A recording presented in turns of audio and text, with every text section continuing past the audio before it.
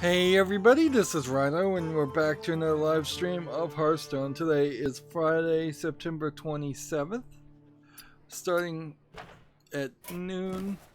Unfortunately, this is probably the beginning of the end, for I was able to follow a normal person's sleep schedule, waking up at like 7 or 8 in the morning and going to sleep at 9 or 10 in the evening for nearly a week, which might be a record. But then last night, insomnia kicked in, and I was awake all night, not recording or doing anything, which is usually the worst part of the scenario, and where a lot of my inefficiency comes from, is that I'm just awake trying to go to sleep for hours and hours and hours, when frankly I should probably just give up and stay recording until I'm just so tired that I nearly pass out, which whenever that happens, that could be random times. We're on the European account. We need to play some Warlock cards and we need to win 3 major Shaman decks. I have a Tavern Brawl here, so let's start with that. This is the Zombies Tavern Brawl that's a bit of a hassle. Still playing Lego City Undercover. Apparently there was thought of a Lego City Undercover 2 coming out, but it doesn't seem like it really did. As far as I can tell, at least it didn't come out on Steam as far as I've ever seen, which makes a lot of sense. It would be really crazy if there was a Lego City Undercover 2, considering how bad Lego City Undercover is. It is by far the worst Lego game from the TT game series that I've ever seen. That's probably due in a large part due to the fact that it was made by a subsidiary called TT Fusion that didn't make any other of the Lego games, at least the main console ones. Maybe they made 3DS versions of them or something.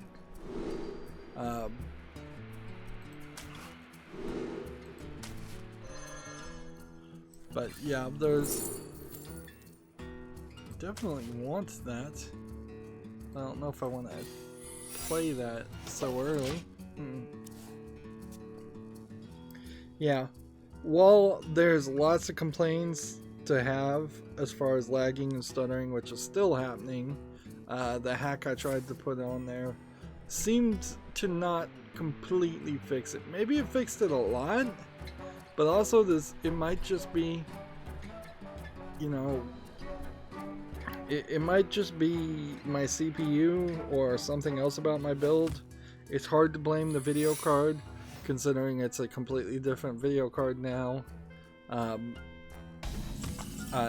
It seems to be a wide enough event that happens.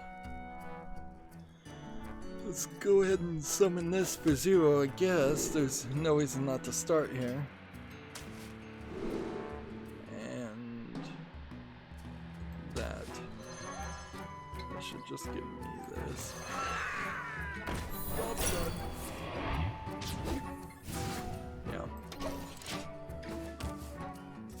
Yeah.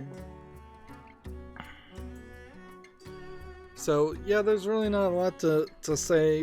We're going through the levels with all of the stud multipliers a second time and just getting everything in them, and it's for the most part alright. The levels are just bad, small, not very detailed, not very polished levels compared to other Lego games. But it does seem like there's a lot of open world stuff. In evaluation, I'm about at level 7 of 15 through the second run through them, and I only have 150 out of, or roughly 150 gold bricks out of 450 in total, so I have no clue whatsoever where the rest of this is coming from. Like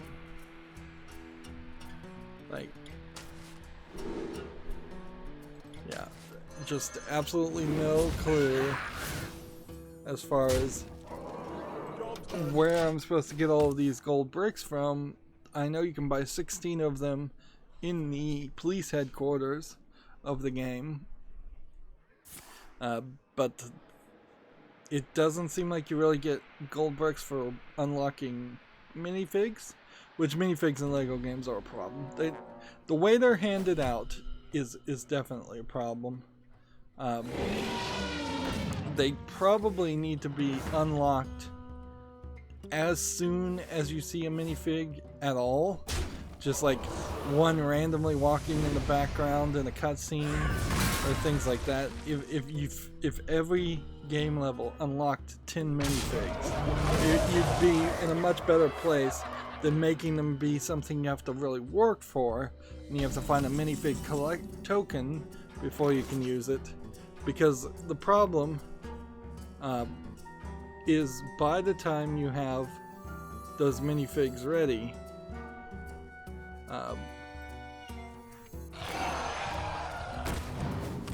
let's see, like, yeah, by the time you have the minifigs unlocked, you're done with the game, and there's no way you're going to be able to play with any of them. This has been true for Lego Star Wars and every other Lego game after that. There's been a ton of minifigs that you just, maybe 4 or 5 of them you want to play with, but that's it. So it kind of ruins the usefulness of them. Same is true for vehicles. By the time you unlock the vehicles, you're probably done with the game. And that is because it costs studs to unlock the vehicles in the minifigs, and you have to find the tokens before you can even purchase them. So you have to unlock it by finding a token, then you have to purchase it. There's an achievement in most Lego games to have a significant amount of studs. In this case it was 4 billion. I'm over 4 billion, so I've started buying things.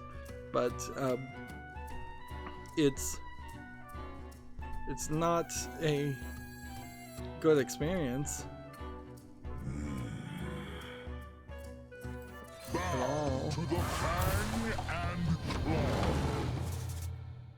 Let's see, this, and then this, and take that. Just trying to keep things cheap.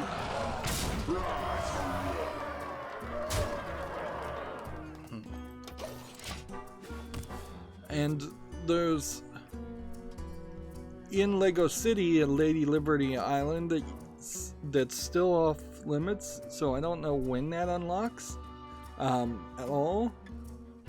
That's weird. I've gotten all the true superhero bars that you have to get a certain number of studs in each of the 15 levels. I've gotten all that. That seemed to unlock absolutely nothing. So I have no idea why that was even in the game. So yeah, it's a little bit grindy. It's gonna take like 7 more hours to go through the levels. Or in total it'd take about 7 hours to go through the levels the second time. And then I wouldn't be surprised if it's another 10 hours plus to run around the city and get all the collectibles that I'm missing. Alright, so we got that Tavern Brawl. I suppose it's slight confession time.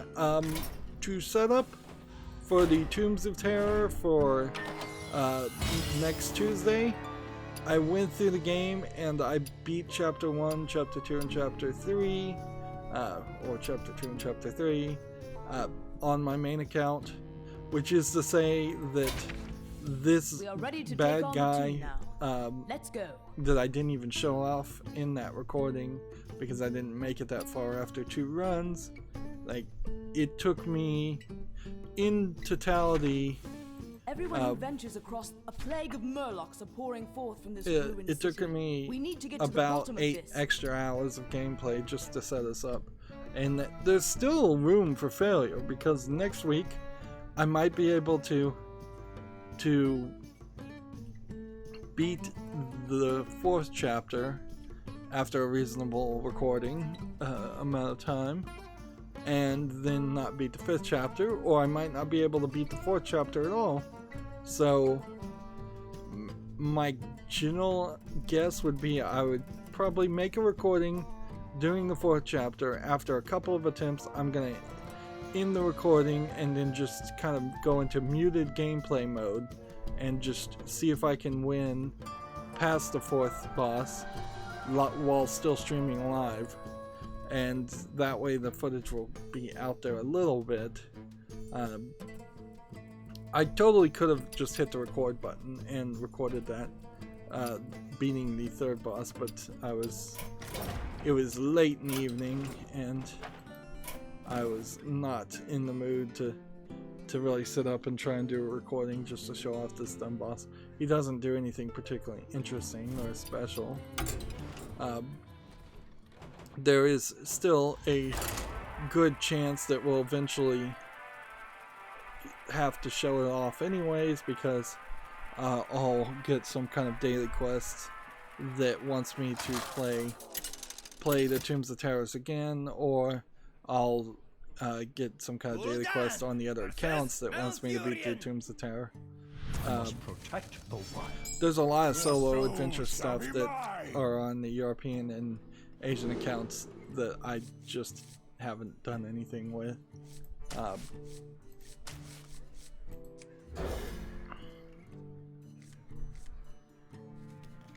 So yeah, that's pretty much that. We don't have a ton of news, or at least we didn't until I started opening up games that came out on Steam, of which there's quite a collection of garbage games on this Friday. So yeah, we won't have a ton to talk about. I tweeted out OBS asking to add a couple features. Let's see, and is there anything else going on? No.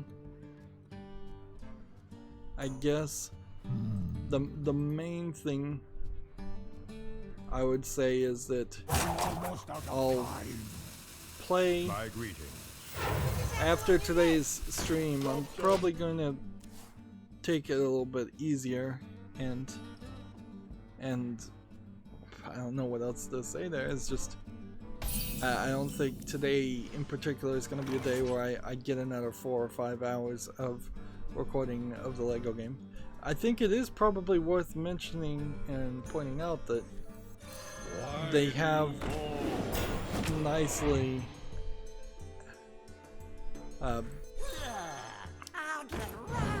the Lego game has nicely been paused and just left running for several days now, and it doesn't have any like crashing or any noticeable degradation in its performance, which is something that we don't always run into.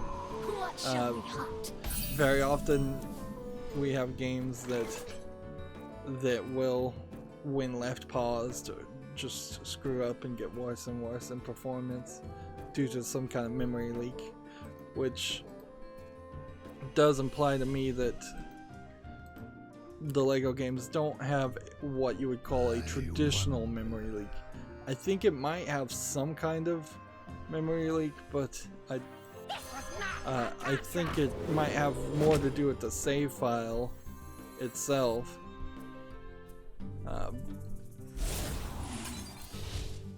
In the sense that I think there's a very good chance that as you continue playing Lego games, it starts using more and more RAM to remember all the things you've collected.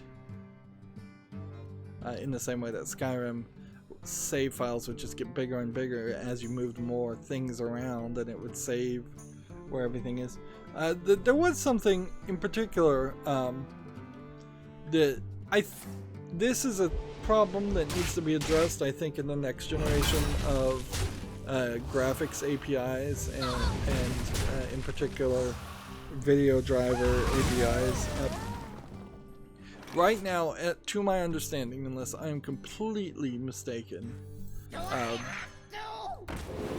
video cards are rendering just 3 frames at most. 3 frames would be triple buffering if you did that. So, and that's like 3 frames per like 1/60th of a frame per 1/60th of a second if you're running at 60 frames per second. I suppose if you're running at a higher refresh rate, then that changes everything. But for simplicity's sake, if you're running at 60 frames per second, and you probably should be, video cards at most have triple buffering, where they could make 3 frames that will happen in the next 60th of a second, and that's where they stop. And for most instances, since you don't know what's going to happen, like there's no procedural way to know whether I'm going to move the mouse left or right or anything like that, there really is nothing that a video card could do to speed up that process or make that process more efficient. Now, when I say there's really nothing they can do, I mean there's tons of things that they can do and they have already done. But to my understanding, they have not given a way where you can render an animation and just leave it alone and just play it in a cycle. So, for instance, on this game, this windmill, water wheel here, is spinning in circles. It is in the background, so things go over it. But this background image is just doing this. It will do this forever. It is not changing. I don't think that there's even a way for me to click on the area and change the way it looks. So, yeah, take that for what that is.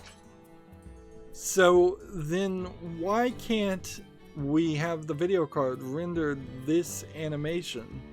And this would have to be highly integrated with the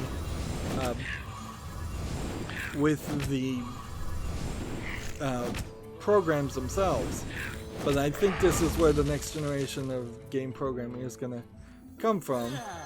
Is why can't this animation be rendered once and then put into a buffer where it is just playing over and over again?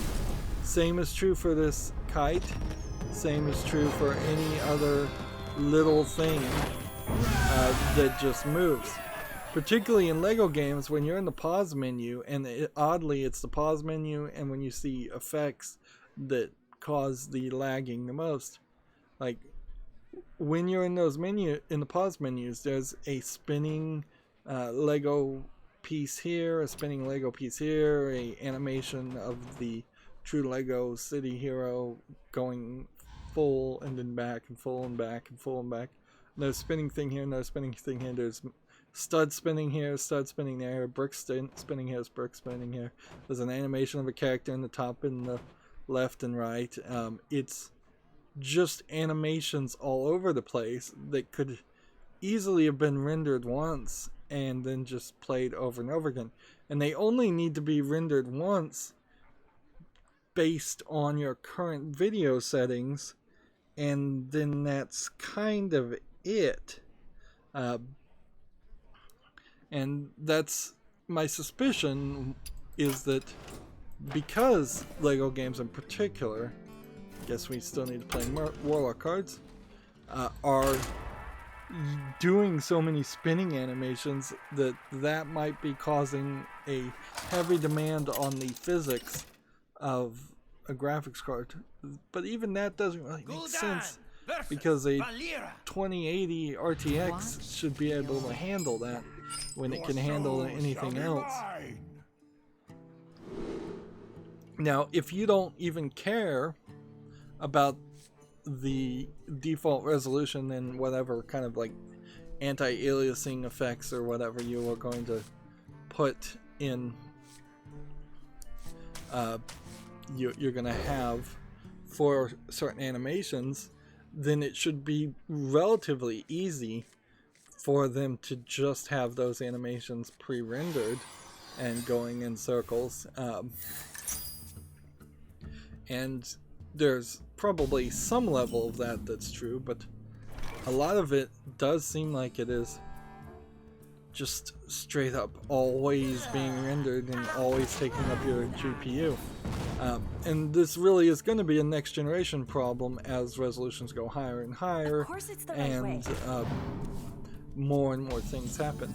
I would say Hearthstone, in a lot of ways, does a pretty decent job about not wasting its resources while also not having the entirety of the world seem completely still and static. Like little bits of fog here, a wheel here, a flag here. It doesn't seem like there's anything other than maybe a little bit of fog here. Maybe this is waving back and forth by like 1 pixel. Almost out of time.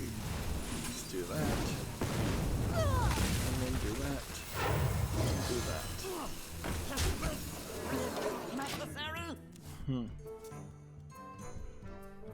So yeah, like pre-rendering animations or buffer rendering animations, there might be some of that already in DirectX or in NVIDIA physics or something that AMD does. AMD is apparently working on releasing a or they released a new anti-aliasing open source software that takes into account the general contrast in an area so it doesn't over sharpen or over contrast objects, just to make it a little bit better, and the games themselves can program it and use it. I think it's called, I don't think it's called Shader FX. I think it's called it's something FX, but I would have to call it anti-aliasing FX. Maybe they did call it Shader FX. Interesting. Borderlands 3 apparently can use it, and a lot of other things can use it. Digital Foundry was just talking about it. Until these things become more standard, and frankly, the problem with video cards is AMD introduces something, NVIDIA introduces something, and then 4 years later we'll see if anybody actually adopts any of that. The same can easily be said for things like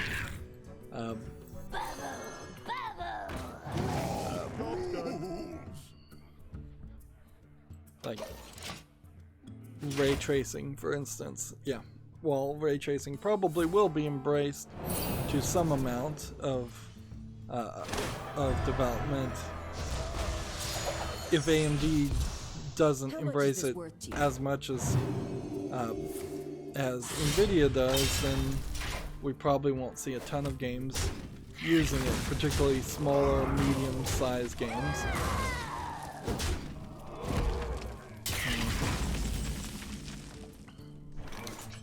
Alright, I need to be a little careful here. This, and then this, and then this, and then this. Yeah, I need to be a little careful because I'm not moving very fast as far as covering the news, and we should just start covering the news. Because, yeah, there's a decent number of articles still coming out. Seems like I'm not the only person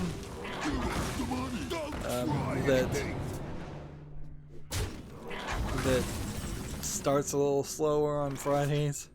Seems like tweets.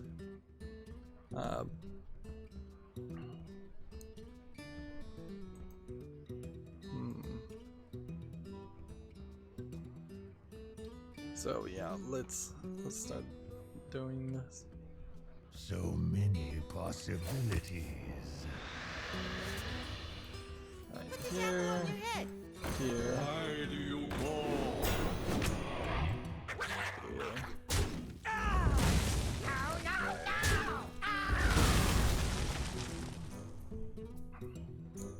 In the turn. So yeah, let's see how this goes.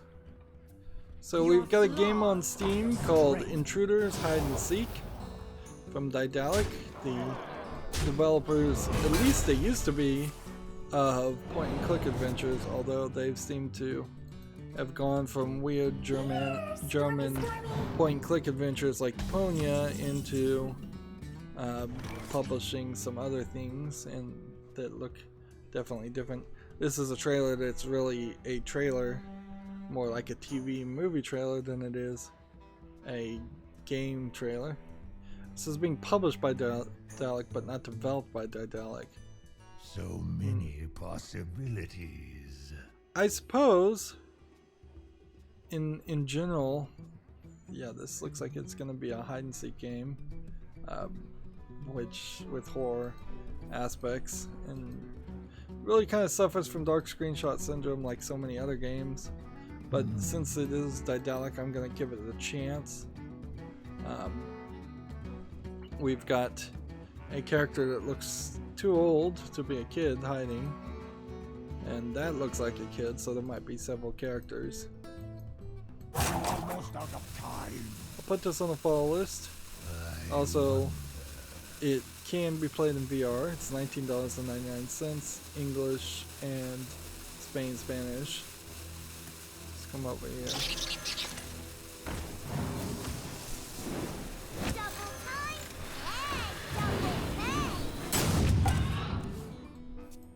Didn't play fast enough. I take this.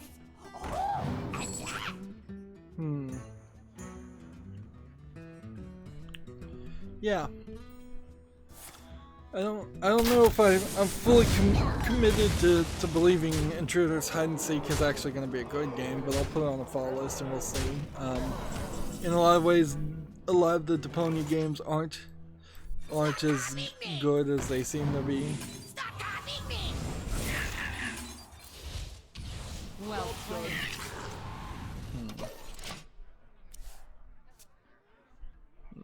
Playing the cards, but losing it in the long run.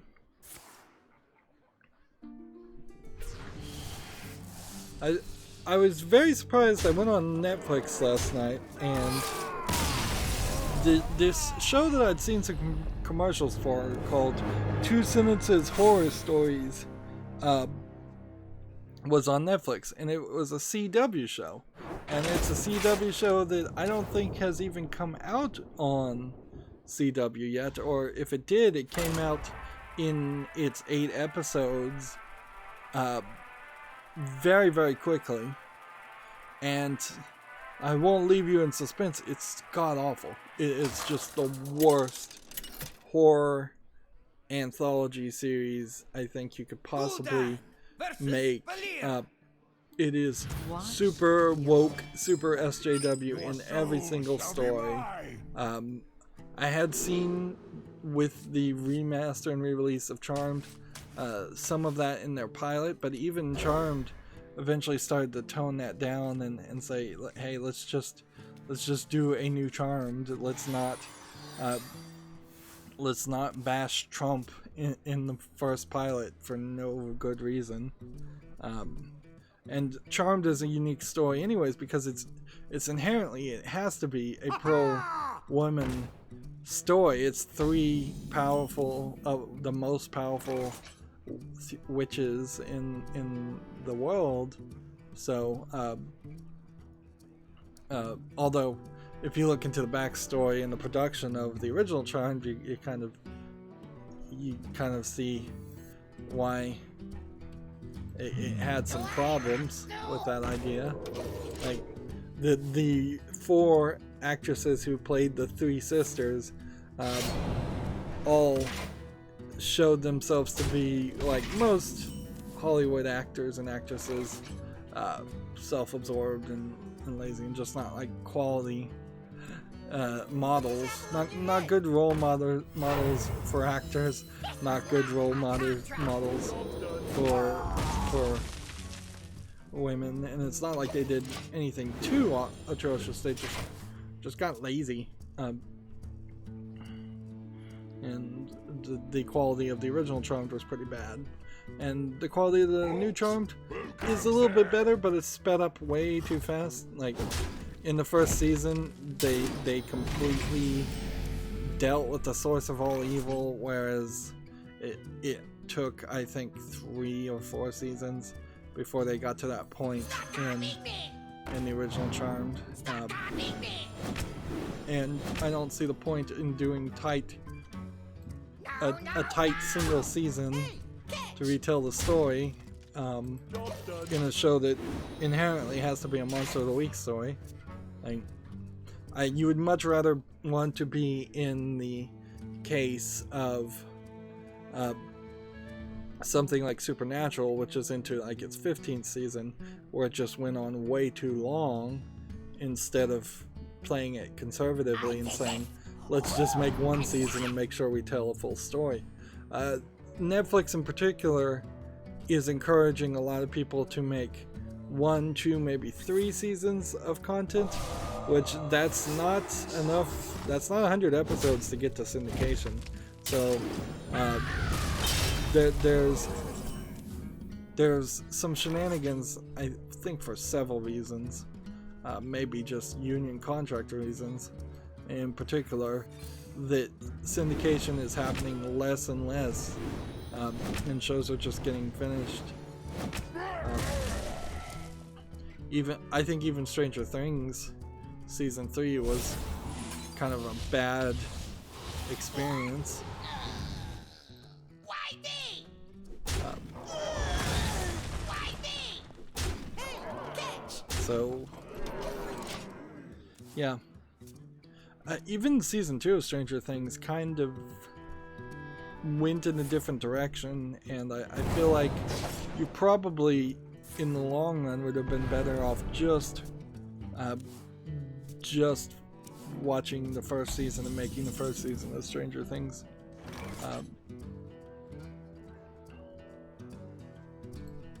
This was not in my contract.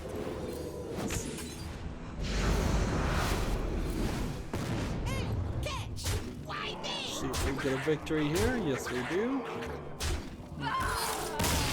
But yeah, if you don't see the twist in the rather short episodes of 2-second horror stories, which the entire idea is, it serves you, it's 2-sentence horror stories. It tells you one sentence at the beginning, and then repeats the first sentence at the end and shows the second sentence, which is just a twist. I don't know if there's a book or collection of 2-sentence horror stories, but it wouldn't be that scary, and there's like no detail there. But in that very first episode, if you don't get the twist, if you don't see it coming,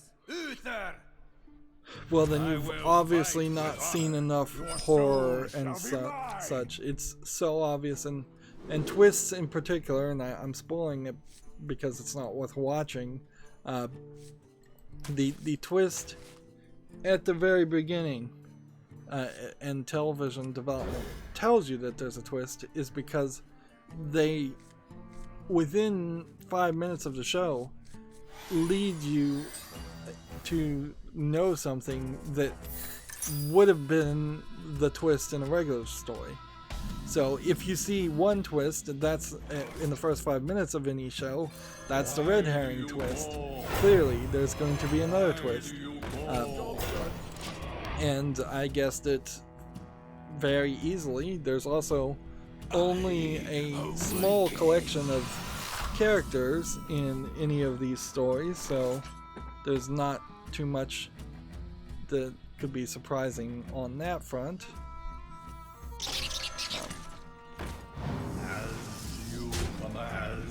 So, yeah. Yeah, it's just awful. I watched like the first 4 episodes. I was fast forwarding through the 3rd episode because I didn't even care about it. I'll get right I don't know what else to really say. I just wanted to throw that out there. Awaken. Let's see.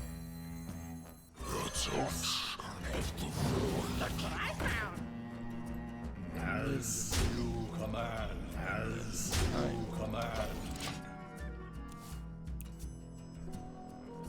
Duplicate tab perfect. Why? I didn't click on anything. Interesting. Reporting for duty.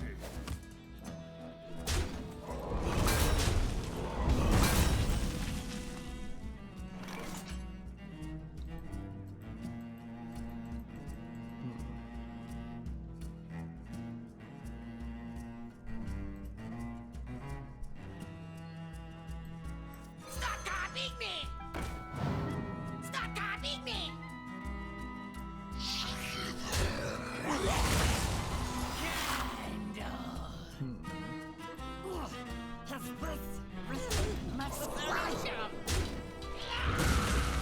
Just gotta keep on playing.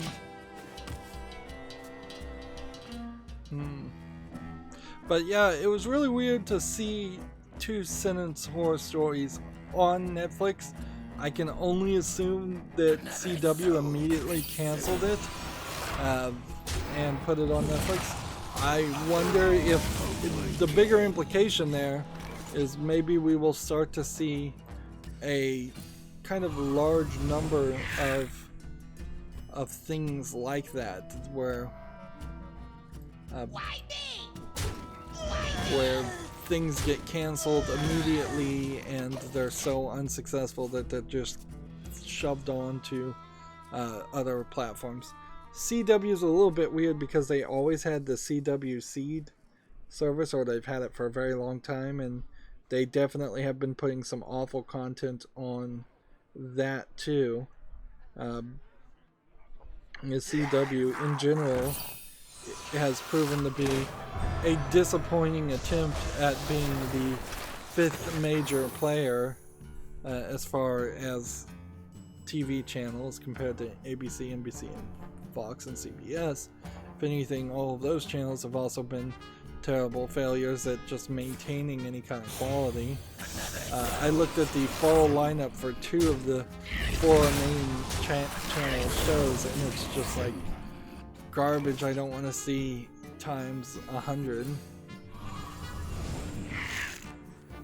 I have to? Let's see.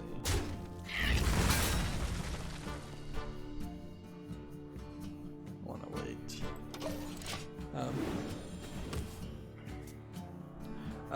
The only good show I could talk about right now is The Good Place is back on, and I guess I could, after watching the first episode of the new season, the trick seems pretty obvious here, at least. But I have been there. If there is a twist, I have been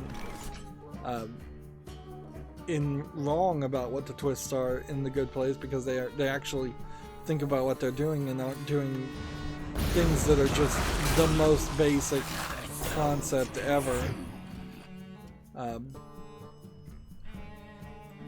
So to me, it seems fairly obvious that they are not testing for. They say they're testing for new people who died and to see if they get better and become better people in heaven, repeating what happens in the first season, or so.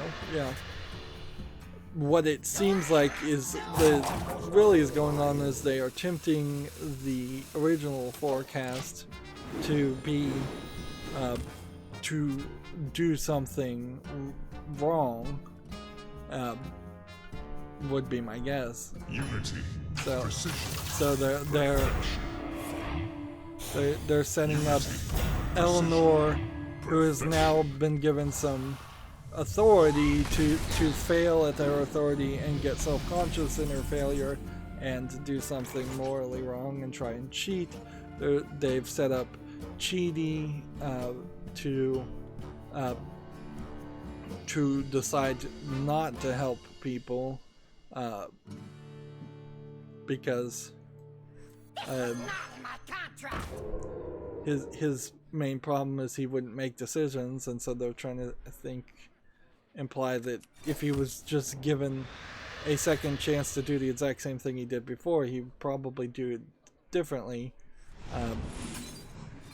and that it was really just a matter of random chance.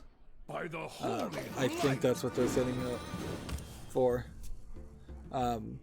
They're setting up Michael probably to Michael has already failed for a lot of it because he gave up. He was supposed to be in charge and he had a panic attack and quit. So maybe they're setting him up to switch sides and work for the bad guys again. They're setting up Tahani, I guess, to probably revert to her old ways.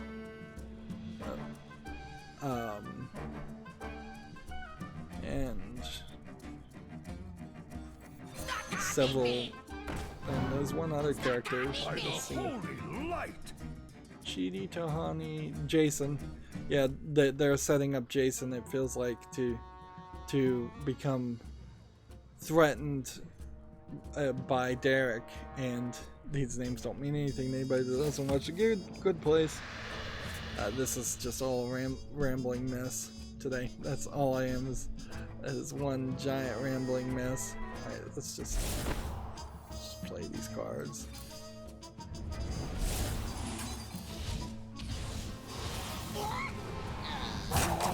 Yeah.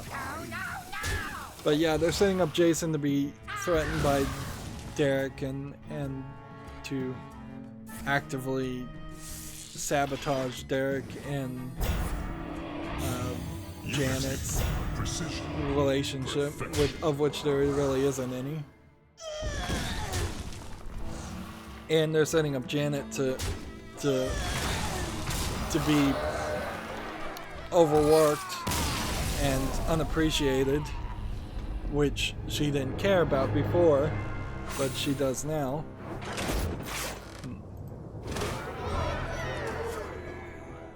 So yeah, The Good Place is probably the only show this season that I even care about. Meanwhile, we're getting nowhere fast. Mage and Shaman victories now. So we'll just switch to casual. We've made it up to rank 17, which is nice and all, but this is also on the European account.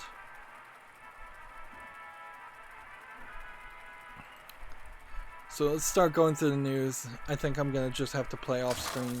I think it's just going to be a lazy Friday. I think they're all lazy Fridays at this point.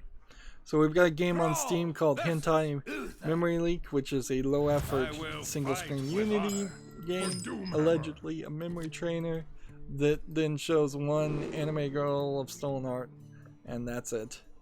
59 cents bundled with another other things. There's a 18 plus bundle here and some more bundles, bunch of language, alleged full audio support, and 100 achievements. So we kind of know where all this is coming from. It's an extremely low effort asset flip game, although I wouldn't even really call it an asset flip game, just an extremely low effort game trying to sell on sex. That's a better descriptor. Converting stored energy. How they don't just have a red flag is beyond me. Like YouTube, it seems to be red flagging and demonetizing any channel that has the full word of BS in the title, which seems reasonable. Seems like that would be something they would do. There is little time. It's easy enough for Steam to do a similar thing, to simply have every name be looked at by one person for a week or so, and then have a list of bad words that you want to red flag. In fact, I could do that, and I did do that in a just project I was teaching myself PHP and my SQL programming for a website. I made a database of readily available bad words from, frankly, far too many different languages, so it was catching things that in the English language you wouldn't even recognize as a bad word. But yeah, I made that database, and then I ran usernames against that database to see if their username was too offensive, and it frankly was programmed so well that it would catch too many variants. So it wasn't something as simple as, oh, if you just change the S to a $, then it wouldn't get caught. There was like a full-on regular expression replacement search going on. So it's not hard. It took me maybe a week to learn the setup and do it. So the reason that Steam can't do that, and at least have that name red flagged and looked at by somebody and say, hey, wait a minute, this game is not something we're interested in selling, that's weird.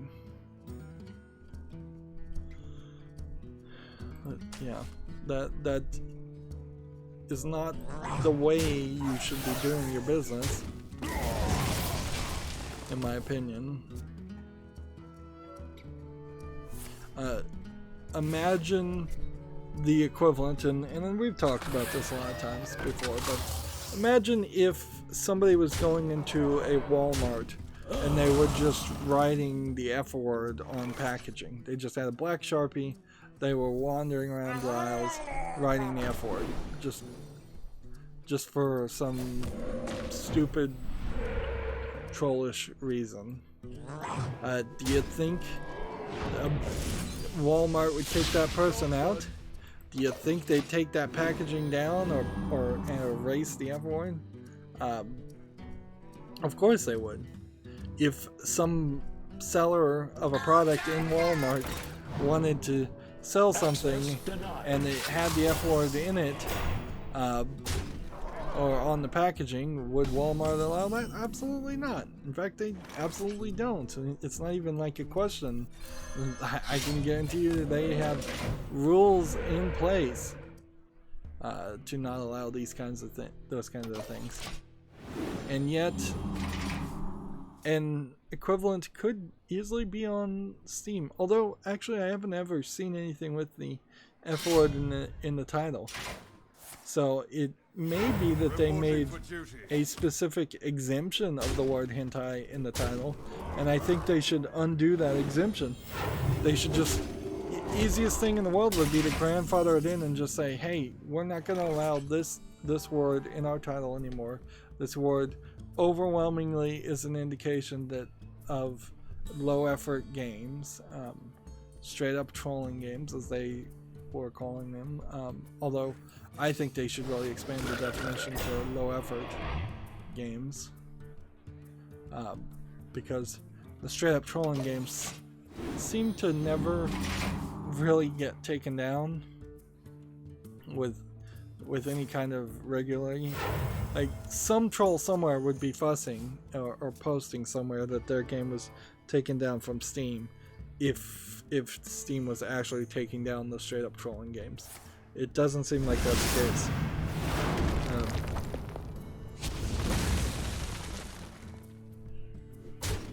So Yeah. It's a mess. It's a mess to say the least.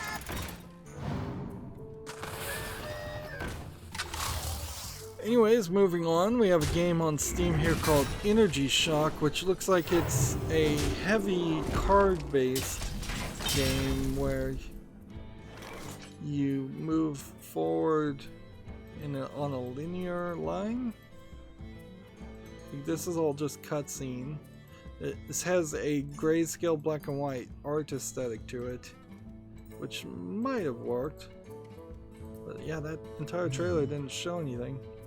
So this other trailer, you've got cards with items. You have I guess, a move forward mechanic, and this would be incredibly slow. This would be really slow for something that is going to be a dungeon crawler game. Yeah, every square you run into, you're probably going to run into an enemy, and yeah, I don't think this gameplay mechanic is thought through all the way. Shall we make a storm? Elements guide. So yeah, Energy Shock it's rated positively. I guess maybe I'll give it a follow out of generosity, but honestly it seems like it's not really thought through. $8.99 discounted, English and Chinese, and I think the Chinese part of that gives me enough justification. My hate for cheap Chinese video games, of which there's a realistic provable amount, is becoming increasingly documented, and I think that's where this falls apart, is that unfortunately, since the Chinese people and Chinese companies have been mostly making Famicom games for decades because they haven't had access to modern consoles due to the Chinese government, or they've had access to the consoles but they couldn't really develop any games to run on those consoles because the consoles weren't sold to the general public. You get games like this, and a game like this on the NES would have been perfectly fine. In fact, this game looks rather nice if you were going to put it on a tablet, although it's got way too much going on the screen. But in comparison to real world games, even small indie strategy games, it still falls apart. Do we want to try Mage, I guess? Here? Next we have a game on Steam called Sins Ball. This reminds me, Lego City Underground had a single challenge that was like Pac-Man, and I'd never seen that before in a Lego game, where you have to collect all the studs in a certain amount of time.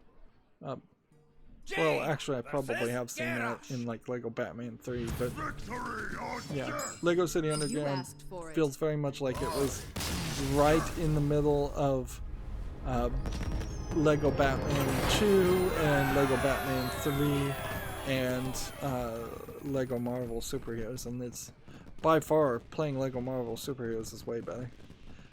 This game, Sins Ball, looks uninteresting. It seems to be like a mouse controlled and then click for how much you're gonna power up your jump type game. Super Meat Boy frustration game. Discounted to $1.79 English and German, and then 100 achievements telling me it's an achievement game. 100 achievements with numbers on it. So yeah, that's not going to make it. That was one victory. Let's see if we can get 2 quick victories after that first quick victory. Next we have a game on Steam called Encased, a sci-fi post-apocalyptic RPG. Now I don't believe this is the game, but I heard that there is a new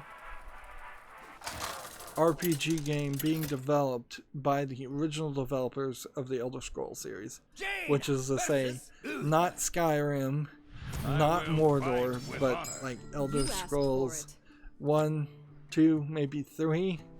the games that probably had a decent following back in the day, but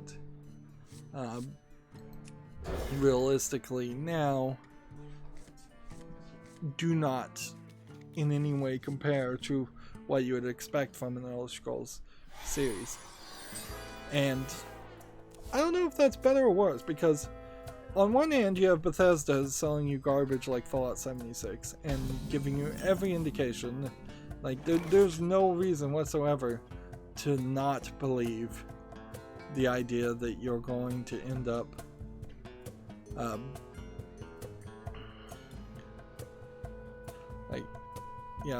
there's really no reason to not believe that you're going to get a buggy, terrible mess, as buggy as day one launch of Skyrim, or worse, with the next Elder Scrolls game from Bethesda. There's no reason. It would just be naivete to make you believe that anything different. So, knowing that and taking that for what it is, you, if you were to be able to play the same story as Skyrim, but in a different environment, with a different gameplay mechanic, would that be something that would appeal to you? And I don't know if the answer there is yes. If anything, I would assume the answer is probably not really. Like, the main stories and the side stories of Skyrim are cool and all, but if you're not really interacting with them, let's see. Gotta do this. I've gotta do this. And then I've gotta do this. And then in the turn. And I'm hoping that this hits that guy. Oh, it doesn't, but whatever.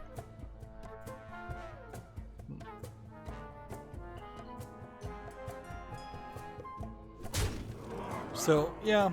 Drink with me, friend. I don't know. If it looks like Fallout 1 or 2, a new Elder Scrolls game, it would be unacceptable. If it somehow manages to not end up looking that way, and it is just kind of is closer to a Skyrim game. In all honesty, what I would want to see as far as the next Elder Scrolls is Skyrim, maybe a little bit smaller. You don't have to have as large of a landmass when you really think about how a significant portion of the Skyrim landmass included very little. Like, there was not a lot going on there.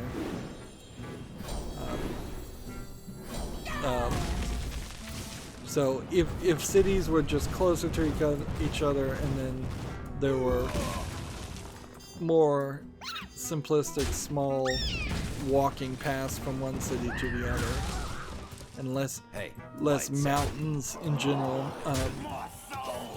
I'd even say Witcher 3 kind of had a similar issue where there was just a lot of empty space in some places. Your presence offends me. So, yeah. Your presence offends me. So maybe there's something there that could be worked on. Let's see. This. The future is ours. This. This one's a real page turner. Behold the tools of creation. Lights out.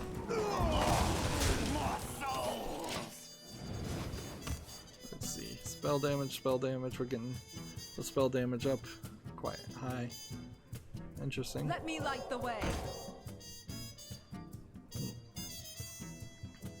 So yeah, maybe less random incidental things, and all go for a full story, more linear story in the Elder Scrolls series. The thing that I don't know about more than anything is Behold the tools of creation. I simply cannot really know the basic storyline. No, I can know, I just don't know the basic story of the Elder Scrolls series pre-Skyrim. Like, I kind of know what happened in Mordor and the, like, not Mordor, Oblivion, the Oblivion Crisis, but that's kind of it. What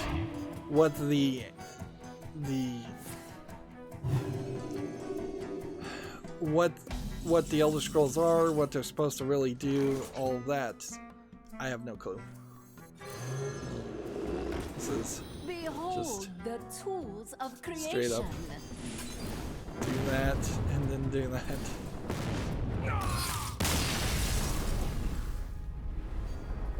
Wow, he played terrible. I would never let so many things have spell damage. So yeah, that'll be interesting. I dare wish for hype for a new game from the original creators of the Elder Scrolls series. On the other hand, from a 20,000 foot view, what are we doing with ourselves in the video game community? You asked for it. Are we just constantly going to have good series that never really finish, and then we have to start over completely? Like, is that really what this is getting down to, particularly in the case of Bethesda games, but also kind of in the Diablo games and with Torchlight, and then Torchlight wasn't that good, so I'm sure there's some other Diablo clone out there now that makes more sense. Does everything just have to end badly? The Mass Effect series clearly needs a new series to replace it because it ended badly twice. The only counter argument I can even think of is Halo has taken its time and is still going pretty well. It didn't crash and burn. The Dead Island series crashed and burned and got replaced with Dying Light. It seems like everything is just iterating on everything, and with perhaps the exception of The future is ours. of Nintendo titles. But also, I would even argue that the Metroid series kind of crashed and burned, and they need a new series there too. But there's a slight difference between rebooting the same series and having a team leave one company, go to a different company, and make the exact same thing. Can we do all of this? I wonder. I really don't want to do this, but I think this is the right move. Return to nothing. Like, I may burn a card in the next turn. Anyways, we have a game on Steam called Encased, a sci-fi post-apocalyptic RPG. It looks like it is maybe a bit XCOM-ish. Although, frankly, things being called XCOM-like games is probably a bad descriptor. This doesn't even look super much like XCOM, because it doesn't look turn-based. This is rated very positively, so I'm going to put it on the follow list. It's early access, it's discounted to $26.99 in its English and Russian, and it has a ESRB rating pending, which that logo should have never been created, frankly. At the very least, it should be inverted so it doesn't look anything like an ESRB rating. at all. There's no reason to brand something like this. This might be getting positive reviews it doesn't deserve, but this also doesn't look like just a cheap Russian troll or joke game, so this might be one of the few actually well-developed Russian games. Alright. Time runs out on me. So, spell damage. And then draw a card. This one's a real page. Behold the tools of creation. And then attack. Return to nothing. My hand is full. This guy doesn't want to play any more than I'm playing, and that's a problem. My dragon be hungry. Ruined my strategy. Darn it. Someday I'll be just like you. This one's a real page turner.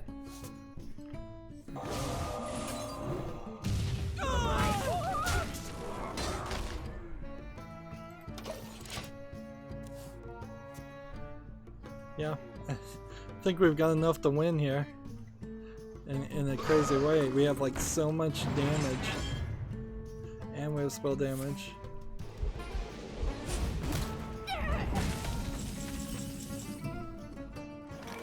Alright. Just hit this. And then hit that. And then do that.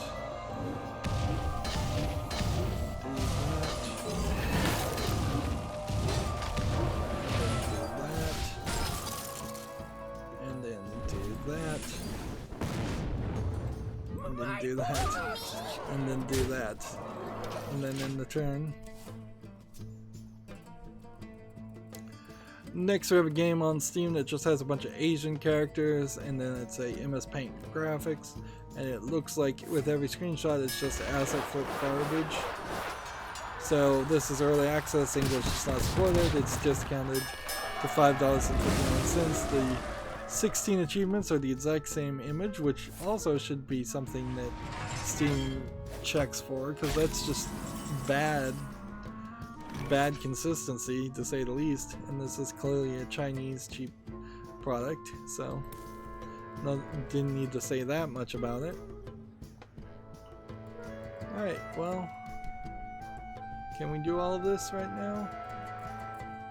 We've got 6, 8. So this, this, this, and then this.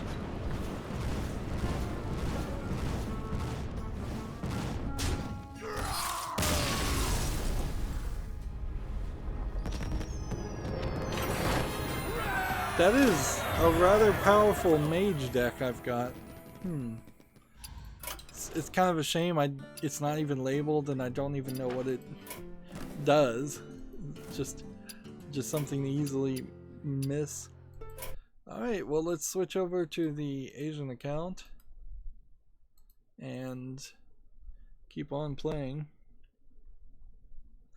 I have my clock on telling me when this was gonna happen. It's gonna end in like 5 minutes, so it would not be a bad idea to just end this recording here and see if we could start over from scratch in the next recording. Maybe get a little bit more momentum. Yeah. So yeah, let's wrap up here. As always, I ask you to like, share, subscribe, comment, and watch every second of my videos. If you want to further follow me on any social media sites, there's a whole bunch of links down below in the description box. And if you want to support me even further, there's a link to Patreon, or you can friend me on Steam and gift me a game off my wishlist. Thank you for watching. Have a good evening.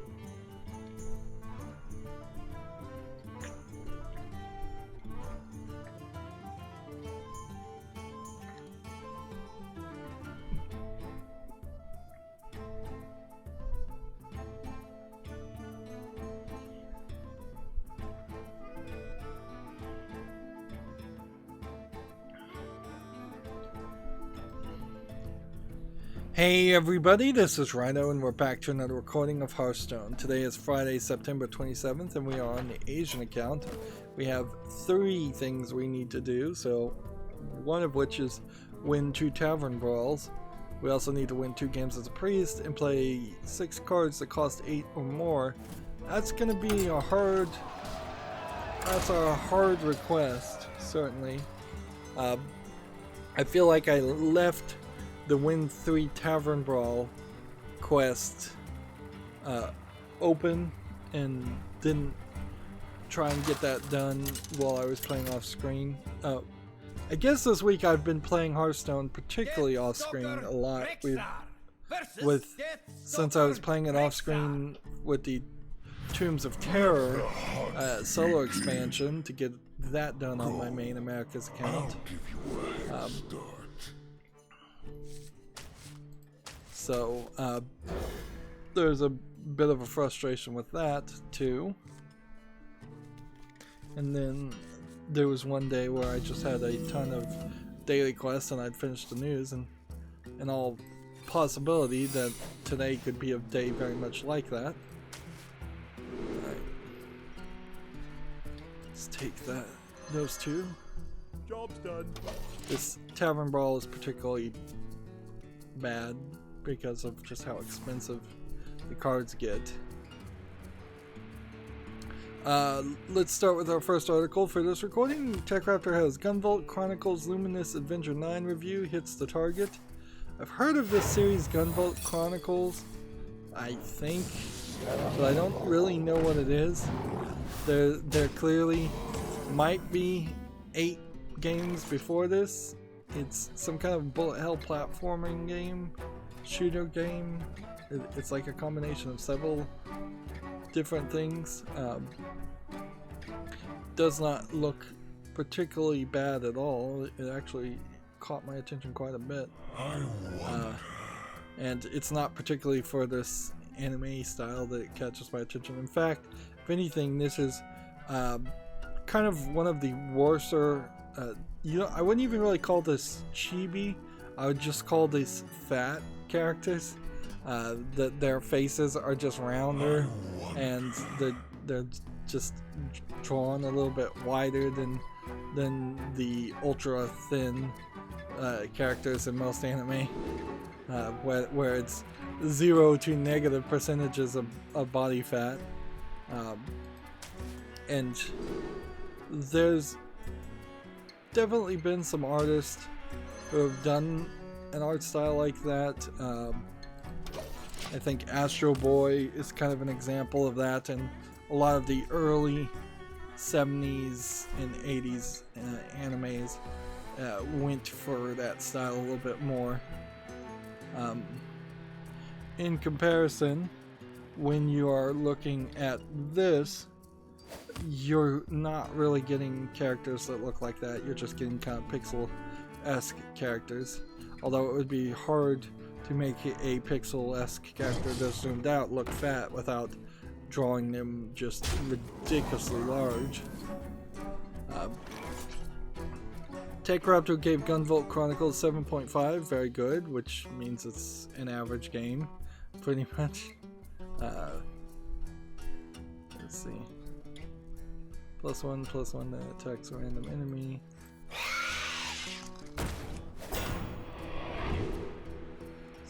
That and that won't be too bad. Then attack here. The summary of the review is: with its different approach to combat, Luminous Avenger 9 turns you into a destructive yet nimble super soldier. Later boss fights will really whip you into shape, but for the most part conquering this challenging game counts as an achievement on its own. Pros are fantastic combat, unique mechanics, encouraging exciting play, and it offers lots of bang for your buck. The cons are an extremely predictable narrative, and characters fail to go beyond cliche. Which, okay, that's fine. Predictable narratives and cliche characters in a video game is particularly a small indie game, which is what I kind of figured this would be best described as. I found that relatively reasonable.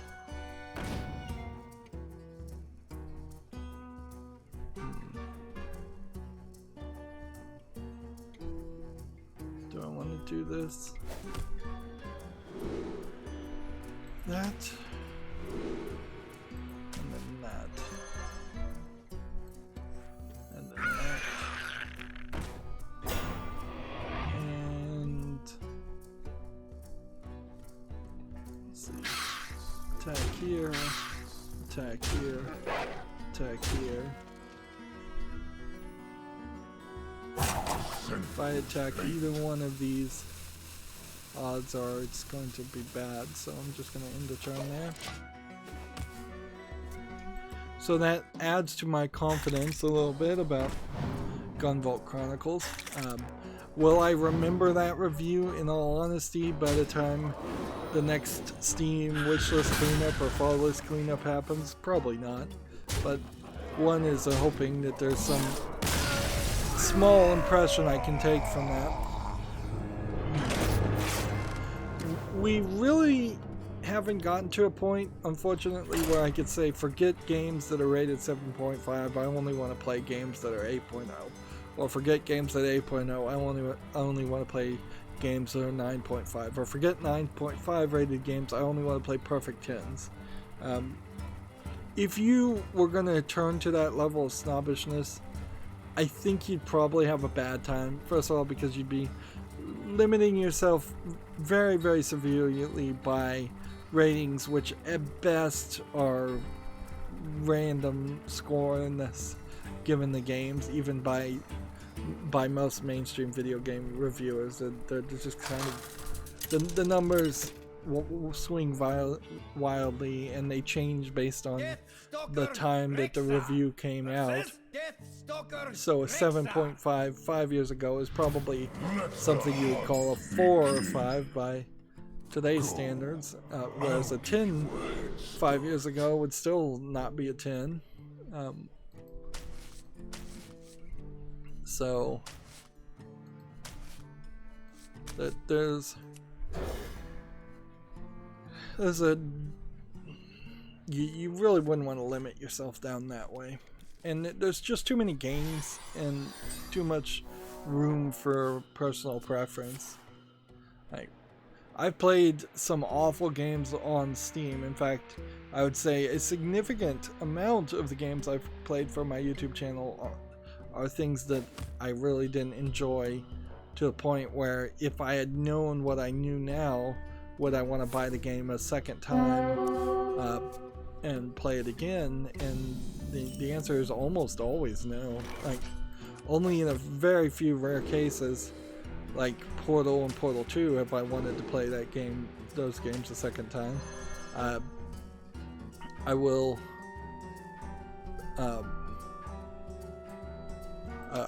say that there is also a level of games that are really good but not worth playing a second time anyways. Some of the Lego games, if I could 100% guarantee no more micro stuttering, I might want to go back and play them, but there really is no justification for it. Like, it would just be insane to do that, because I have so many other games, and I don't think that, even though I do have a considerable amount of games, I don't think my considerable amount of games is particularly too different from other people's collections of games. Job done. Darn it.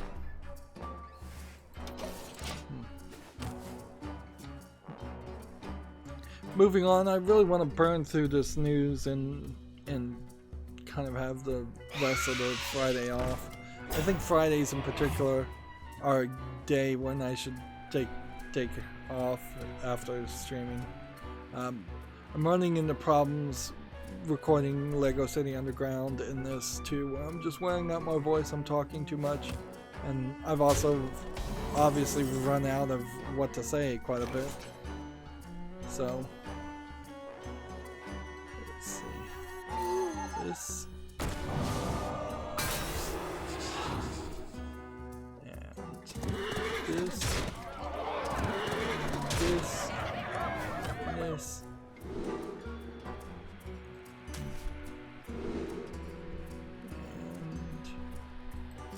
And take that.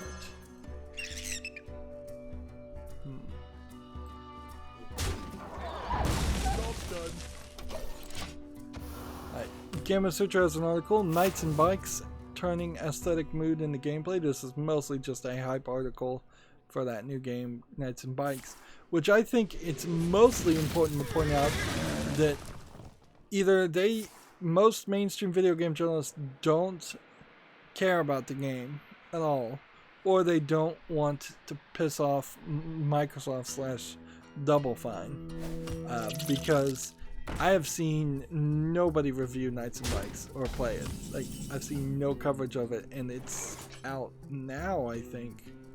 Unless I'm just mistaken. I could be mistaken, I suppose.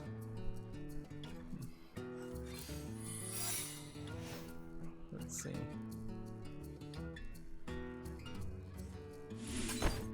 Let's start with this. If I could get something with spell damage. That'd be nice.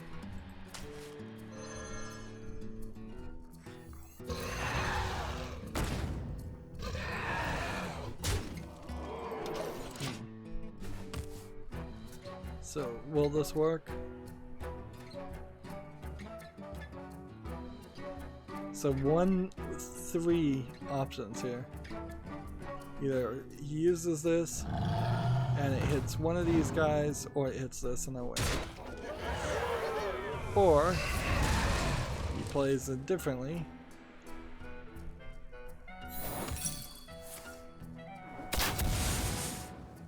Yeah, that didn't work.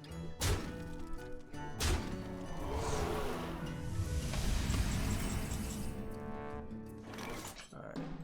Taunt. And damage.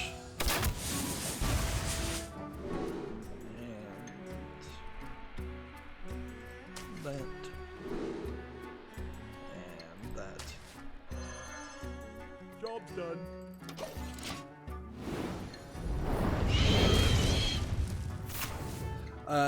Next we have a game on Steam called Road Crossing. This is clearly a Frogger clone.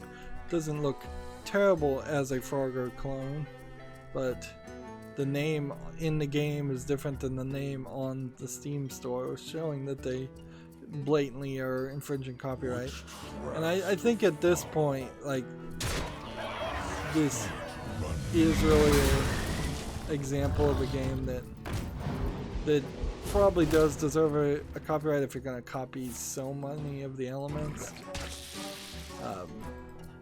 The idea of a frog crossing the river makes a little bit of sense, but as a generic idea, but you can't make it look directly like the most recent Frogger game. Road Crossing is discounted to 74 cents in English only.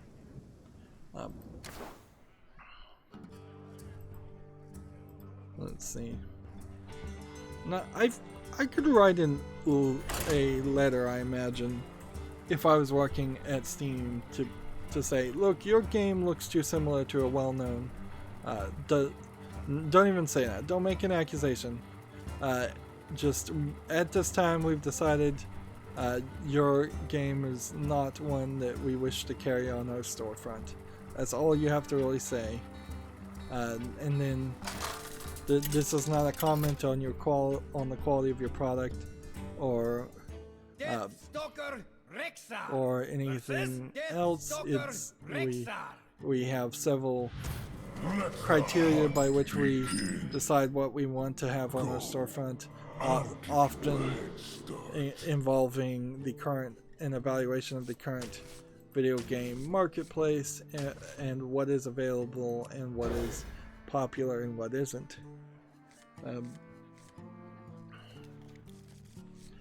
Which is to say that we do not believe your game might be popular Like you just have some lawyers write something like that up is basically all you need to do. Maybe keep it short and sweet and just say, at this time we've decided we don't want to, we don't feel your game would be a good fit for our storefront. One sentence, really, keep it short at the beginning, and send out that kind of letter to anybody that's making a game that looks anything like another game.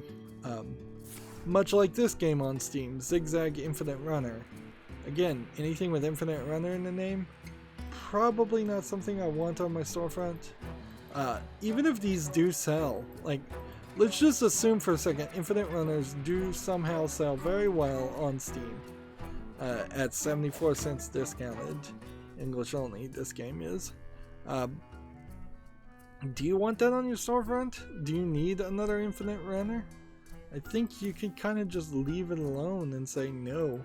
Let's focus on a better quality product. Like, let's face it, any store anywhere could be selling illegal items. They could be selling drugs and guns from the back room, and they would make some amount of money, a decent amount of money doing that. But stores don't do that because they don't want to ruin their credibility. They want long-term, safe income, not short, dangerous income.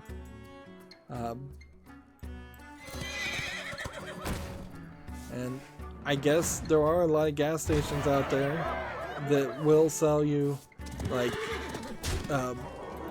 all kinds of crazy pills and things that claim to do all kinds of things.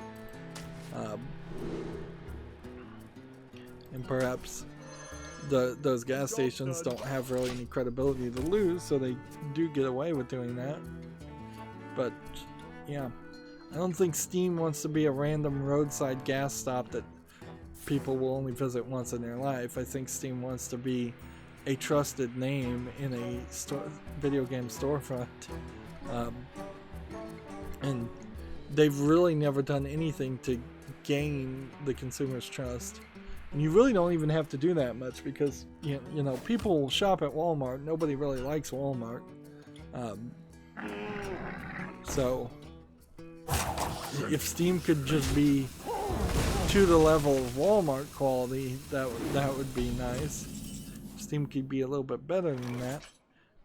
On the other hand, Amazon.com really isn't a bastion of quality products, depending on what kind of product you're buying.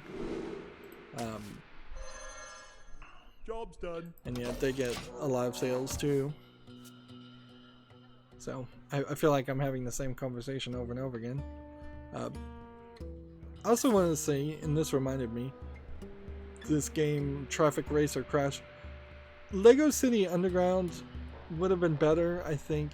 It would have been a more complicated story, but it would have shown off what Lego City could be, and maybe not what it was when the game was being made, but by having you play as a fireman at some points, instead of there just being one level where you get a fireman's suit, or play as an EMS paramedic or a doctor at some point. So if they had you either switching between 3 different characters and they had parallel stories that were going on at the same time, that would have been interesting. Or if somehow you just jumped from one career to the next career, that would have been interesting too. There's many scenarios where you could have been a police officer who gets in a firefight, and then, like, because it's a Lego game, at the end of the firefight somebody trips and they bruise their knee or something, not a serious injury, and then the Lego EMS comes and put a band-aid on it, and then you follow the EMS character for the next level, and then you're walking around the hospital looking for bandages, looking for pills, looking for shots. You're dealing with patients. It would be a way, particularly for Lego games, which almost every level in a Lego game is violent. you're beating up on people and fighting them. In Lego City Underground, you're beating up on security guards and police more than you are even bad guys because you're undercover. So there's clearly room there for improvements. You can only attack if the hero attacked this turn. That's useless.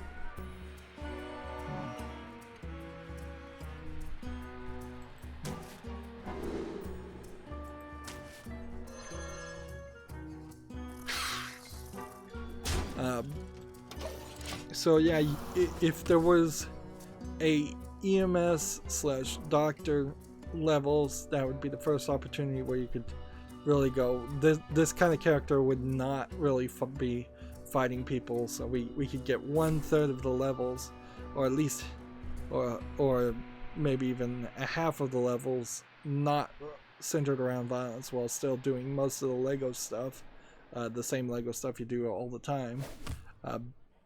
And it doesn't have to be completely violent. You still would probably be running around smashing things to find Lego studs, but you just wouldn't be punching people. And then another third of a Lego City Underground should be a fireman, and a fireman can run around fighting fires without having to fight people. So there's already a concept there that works pretty well. Job's done. And so you could have the story go where it's a police gets called, a Lego City police detective gets called to maybe investigate a crime scene, so like L.A. Noire, and then maybe it turns into a shootout or a violent thing. Lego games don't like guns, so probably a punch out instead. And then a candle gets knocked over and a fire starts, and then the fire department gets called. Or then you'd play as a fire department person and you're inspecting a house, and you discover there's something illegal going on in the back room, and you call the police. And so then you could switch between those three types of characters, telling three parallel stories, which would be complicated for a Lego game, very complicated. That being said, so maybe you would put them all together as a team at the end, as a interdepartment first responders team. But because Lego City Undercover focused only on the police, it forgets that Lego City also has let's do something different because this is getting annoying. Win 2 games with Priest. That should be a little bit easier.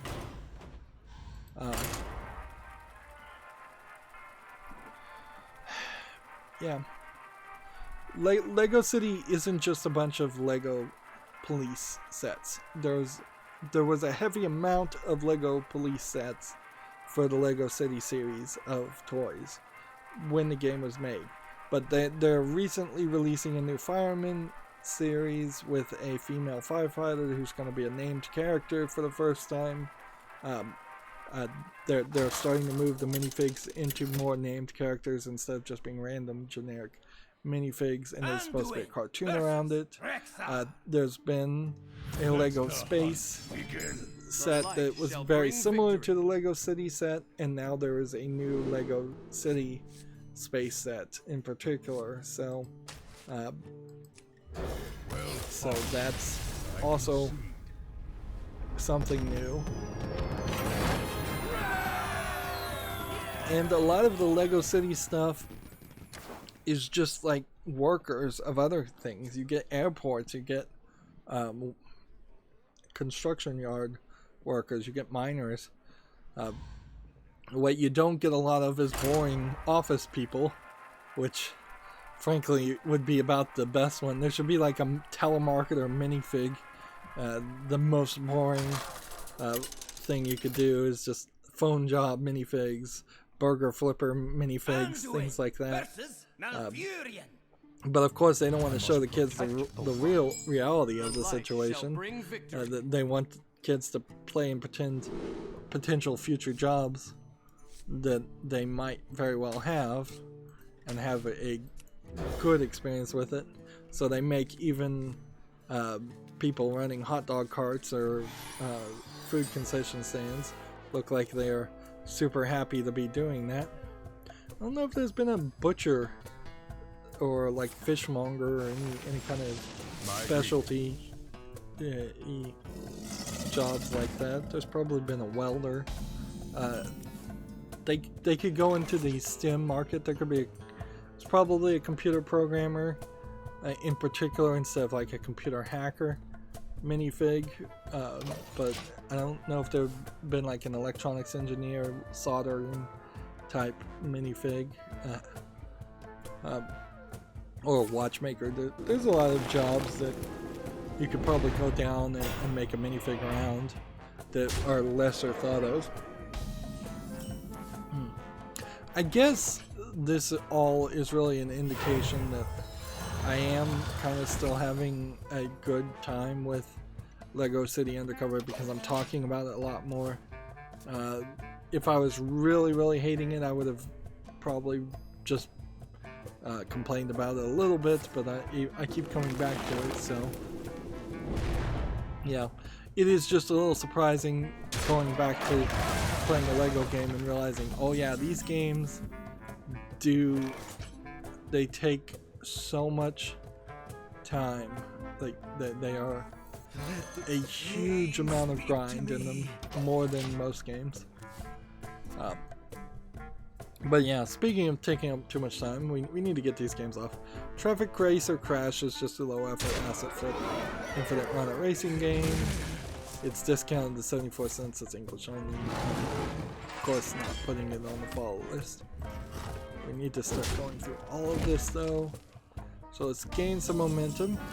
Next we have a game called Super Toy Cars 2. This looks slightly well polished, although the camera for the trailer is a little zoomed in. It's a little weird that this isn't a Hot Wheels license, because it looks like some of the Hot Wheels games that have come out in the past. I'll put this on the follow list. It might be an interesting like Hot Wheels / Mario Kart game. It's early access right now at $8 and 49 cents discounted, a bunch of language support and 10 achievements. And I clicked on the follow button a lot, so it is complaining about that. Whispers everywhere. Let's see.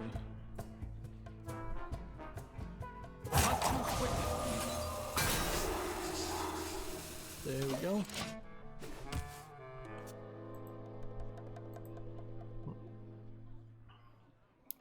TechRaptor has an update to this article. I don't know if I talked about this in totality last stream or if I just mentioned it. Frogwares and Focus home dispute leads to many Frogwares titles disappearing. It's shocking, frankly, to see this go on, because Frogwares is the developer of Sherlock Holmes video game, so basically almost every Sherlock Holmes games have disappeared, and the game The Sinking City, which just came out like less than a year ago. The way this is being described is Focus Home Entertainment has implemented some policy, and anytime anybody claims a policy, you know that they are spouting BS. I don't think I've ever heard the word policy said in any situation without it just being a load of bull to justify doing something that they know they should not be justified in doing. But the policy is that when they're saying when their contracts end, when Focus Home's publishing agreement ends with a developer, they're not handing over the content ID or title IDs of the products to the original developer, which as a publisher means you should not be a publisher and you should be put out of business immediately, because that's just shady business practices. I mean, this story as it's being depicted is just a lawsuit waiting to happen. There's no justification for that. And I'm sure in the contract, unless Frogware just signed a terrible contract, the idea that a publisher would have an unlimited lifetime ownership of a valuable aspect to a property, and that the only recourse a developer could have would be to potentially resubmit their games for certification under a different content ID and title ID, not be able to support or update the games on the platforms. That's ridiculous, and it's petty, and it's just punishing for no reason on Focus Home's account. It really isn't going to make anybody want to do business with them. Meanwhile, the video game consumer is getting screwed over, because if you wanted to buy any of these games, you can't. Let's see, update 1 says, from TechRaptor says, they got word back from Frogwares. We can report that the sinking city is not connected to the situation, as the dispute refers to titles that Focus Home was licensed to publish. The dispute itself has been unfolding since May 2019, and Frogwares doesn't know about the delisting titles until it happened after the fact. As of right now, the Xbox 360 titles cannot be reworked, with other titles status unknown for the moment. There are remaining payments to be made to Frogwares from Focus Home Interactive, but they are not being used as leverage against them. They also note that they are planning on self-publishing their titles. So, and then there is no update 2. There's a quote here, like, in the first 20 years, this is the first time we faced such a situation, and we thought we had seen it all. And I agree, like, this is a ridiculous attempt to just screw over a company. And it's not good for business. Even if, let's just say for a second, mentally, let's do a mental experiment here. Let's say Frogwares has been the absolute worst developer ever. Let's say they've been saying nasty things about Focus Home Interactive, which I don't believe is true, but let's just say they've been doing that. Let's say that they've been nothing but a pain to deal with constantly. I don't know what I want to do here.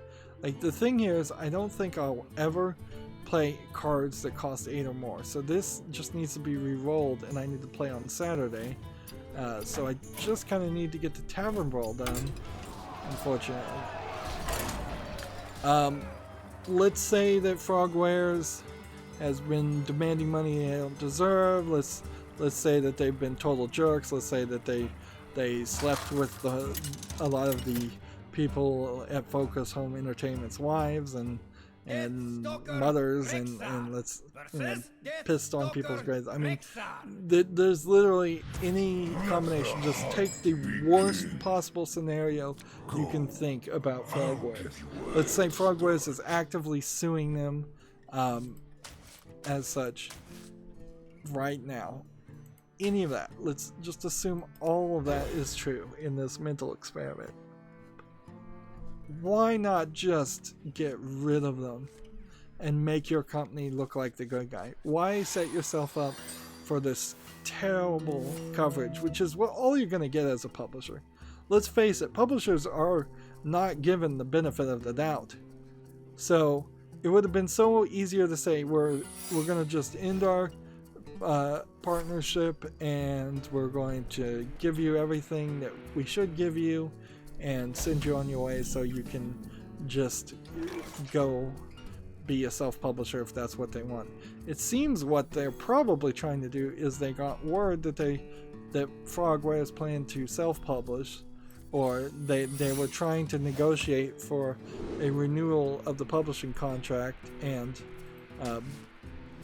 that negotiation fell through, and so now they're holding the games hostage. Or more accurately, they're not holding the games, they're holding the folders effectively of the games hostage. The Steam ID or game ID on PlayStation and Xbox, the thing that would that they really shouldn't be allowed to do, and really Steam, Microsoft, and PlayStation probably need to step in and say, no, we're not going to allow this to happen. We're going to find a way around this and address the game consumers' desires and the game owners who have the official rights.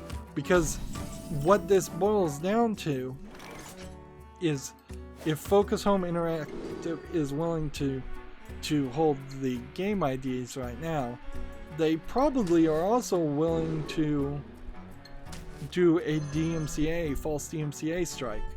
And so, who's to say, and we shall see, I guess, but who's to say that we don't see Frogwares put some of their games on Steam, on Xbox, on PlayStation Network, and then all of a sudden Focus Home Interactive goes DMCA strike, we own the copyright to it, even though they don't own the copyright. Like, the developer would still own the copyright, unless the publisher paid and contracted Frogwares to make the games, which, if that was the case, the story would be slightly different.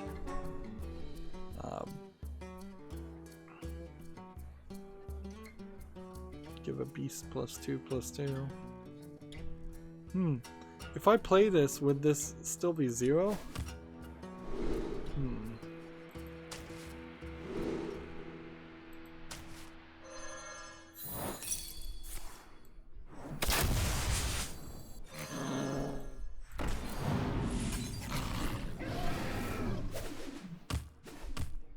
Hey, look at that.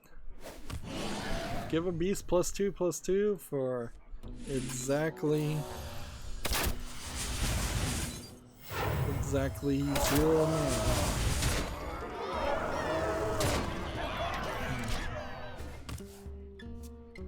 But yeah, I'm not gonna make it to the 8th turn where I could play anything big. I would die before I made it to the 8th turn in this Tavern Brawl. Yeah, so that story is crazy. It'll be interesting to see where that goes. What Focus Home Interactive has done, and they clearly don't have a good lawyer talking to them. They've set themselves up for potential sales losses and damages for every single day that it's not available, that these games are not available. And so I think you could easily have a lawsuit here where they're going to sue for a ridiculous amount of sales, lost sales for every game that's not available. And I don't think a judge, although judges are crazy, it seems, I don't think a judge is going to take highly to any of the shenanigans that Focus Home Interactive is doing right now, or would try in a court case to defend itself. Moving on, Gamasutra has an article. 20% of the Oculus Store's 100 million lifetime sales were Quest titles, which is to say 1/5 of all the Oculus VR games were for the Oculus Quest, which is the cheapest Oculus VR headset, which I think is only like $200, which really is just an iteration of saying, yeah, the entirety of VR is too expensive. VR headsets are too expensive, and maybe at a $200 price point, there's a idea there of a accessory to VR, but that's kind of that. I mean, that's not likely to be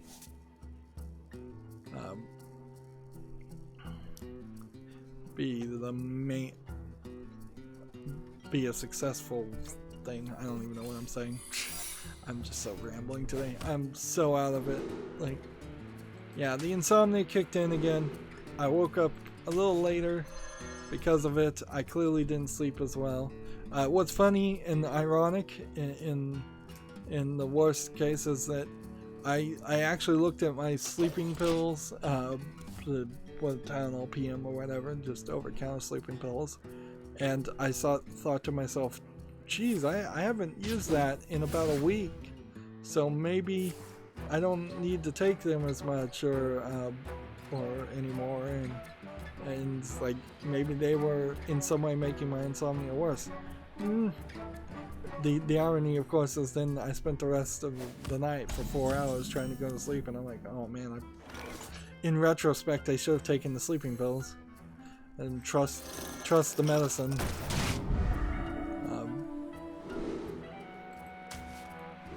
Yeah, for somebody with as severe insomnia as I have, I think getting addicted to sleeping pills, particularly over-the-counter sleeping pills, might be the preferable option. I don't think you can really get addicted if you properly take over-the-counter pills, though, so you're fine. Moving on, we have a game on Steam here called Gordon Streamin', which is a reference to Gordon Freeman, I imagine, and this looks to me like a low-effort asset flip game where you play as a streamer. So I don't see anything interesting here. It looks like this is a joke game for $3.99, English and Russian, with 10 achievements. Yep, looks like it's a Russian troll game, Russian joke game. So moving on.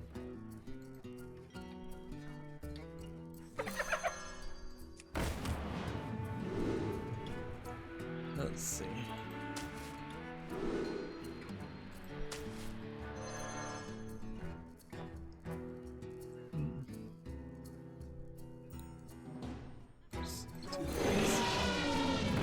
Job's done.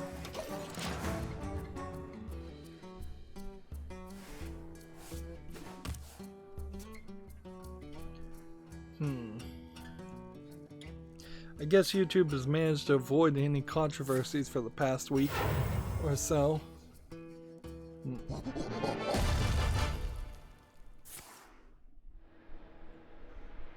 I was watching a YouTube video talking just about how many people have 100 million subscribers now, and the number is just really, really high.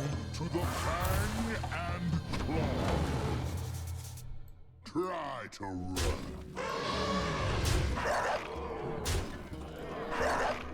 There we go. Job's done.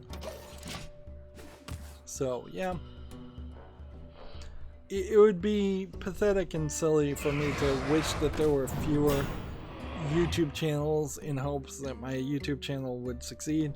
I will go as far as to say I wish there were fewer corporate YouTube channels, and I've seen a lot of the shows and channels that YouTube has pointed me towards are just owned by like the same handful of corporate entities that just want to shove the same garbage down your throat.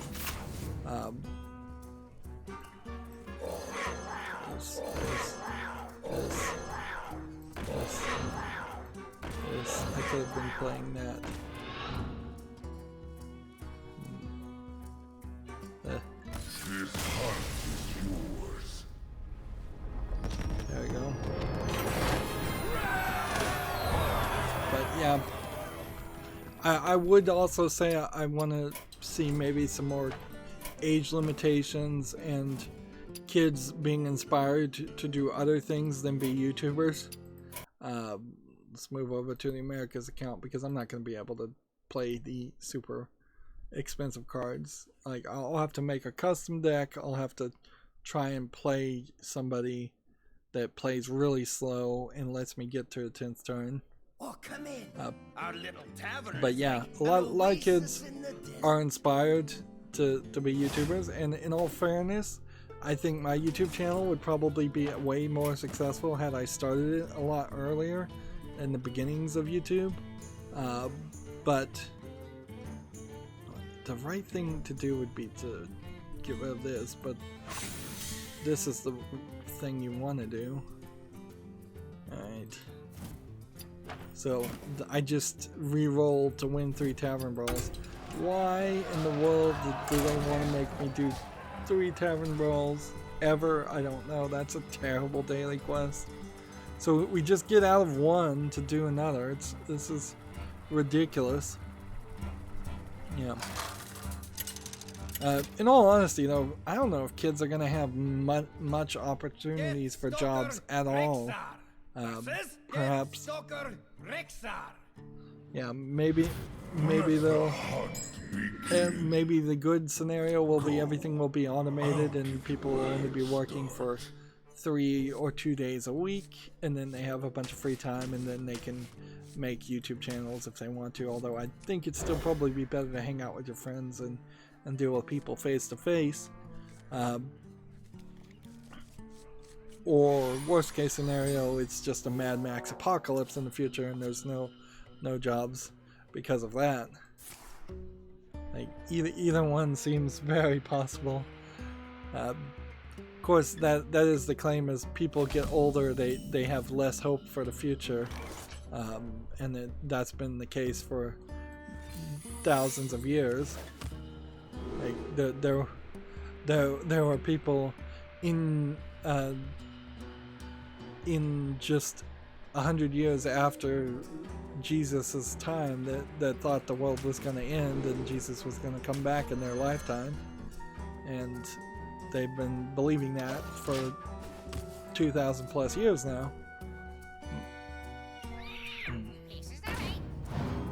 Moving on, we have a game on Steam called Repressed, which looks like one of these emotional games, but it also kind of looks like a low effort asset flip game. Frankly, nowadays when I see anything that is a game that's built around somebody who's severely emotional, or that they made a character that's severely emotional, like, that's just a red flag. Too many of the Depression Quest Zoe Quinn style games have come out and tried to be this woke statement of something that pretty much everybody already knows, and nobody really cares to see or talk about in a video game. So yeah, the thing, even for The Last of Us 2, when I think about it, like there is this danger that Ellie is just going to be this super emotional character throughout the entirety of the game, and it's going to be something that you don't want, and there's a potential gender bias there because most guy characters are written as emotionless meatheads. So yeah, we don't get a lot of deep introspective male characters in video games.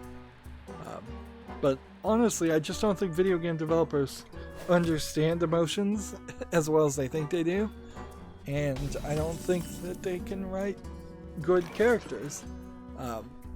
Life is Strange, in a way, like, tried to do that. A lot of games have tried to do that, certainly. Let's see, well, if I do that, I'll kill everything.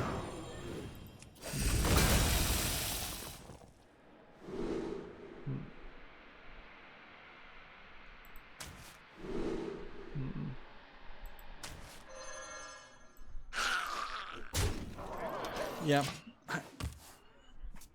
Like, there are some stories that were good because they build up a character.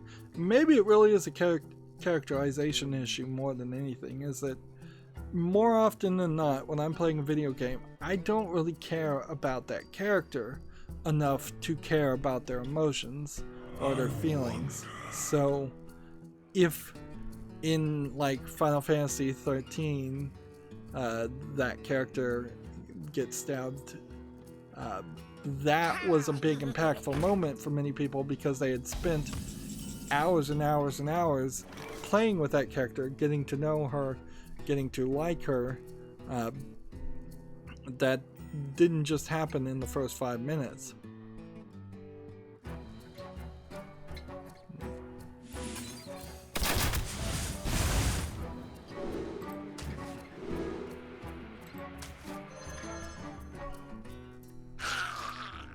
So, yeah, it might be a characterization thing. Then season 3 or season 2 of Life is Strange, I didn't see anything, even in the trailers, that made me want to be interested in those characters. Whereas I might have been slightly interested in continuing the story of the main character from the first season. But even then, they didn't really characterize her in a way I would like, because it's hard to relate to a teenage girl being written by a couple of Canadian, like, 30-year-olds.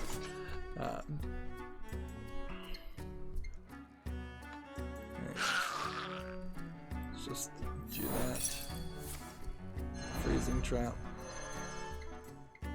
Alright.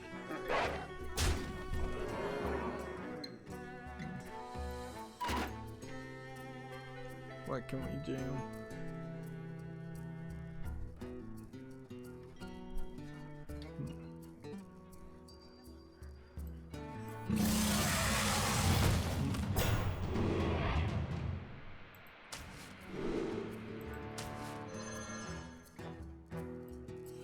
So yeah, in a weird way, for me, for games, as I'm just kind of rambling here, is I think I would prefer to just try to find a game that's fun.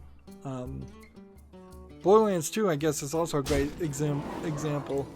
I cared nothing about the Roland character by the time that they killed Roland in Borderlands 2.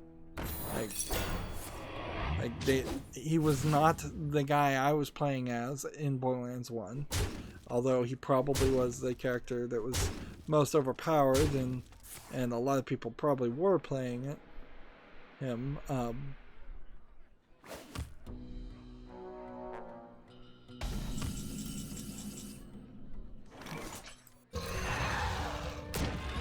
Well, I played an 8, but I don't even think I needed to play an 8.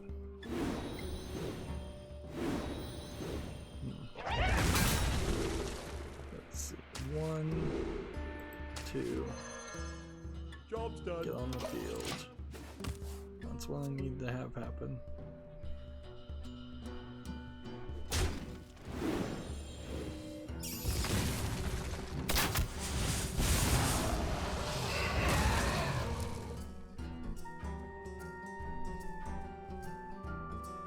Oh, I can win next turn with this card, as long as I survive. Yeah. I guess there's also probably a presentation issue. Like, don't present your game to me as it's going to be centered around emotion, and particularly depression, which seems to be the main one that a lot of stories are built around. Instead, center the game around the concept of it's going to be a fun game with a fun gameplay mechanic, and then a story that is intriguing. That's all I really need in the advertisement part of a story. Like, when you look at Death Stranding, people are intrigued on that story. People know nothing about it. People know nothing about the characters in it. They know nothing about how emotional this is gonna be. Let the hunt begin. So, I'll give and I think perhaps Kojima in particular is probably one of the most deserving of a free pass of a game that if he had just come out and said it's a game about depression and that people would have still bought it. On the other hand, Kojima also makes the game look pretty, so even if it's a dumb storyline, I still think there's a decent number of people that will just want to play it because of the fact that it's pretty and visually attractive.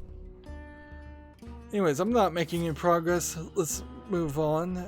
Game of Sutra has for the PC, PS4, Switch, and Xbox One. Valfaris launches October 10th. And for the Switch and PC, November 5th. For PS4, November 8th. For Xbox One. So different release dates. Valfaris seems to be a platform shooter game. Interesting. I've never heard of it. There's a trailer here. So yeah, it kind of looks like a kind of fast-paced platform shooter or Metroidvania game. It has a visual appealing to it. In fact, it looks like if you had done Axiom Verge and made it a lot faster paced and less of a Metroidvania game. That's an intriguing looking game. Like, that looks interesting.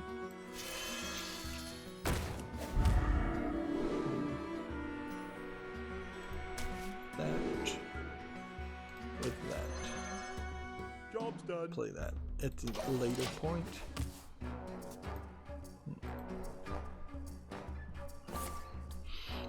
Game of Sutra has the same story we talked about earlier. Frogware says publisher focus home is wrongfully delisting games. Don't believe there's any new bits of information here.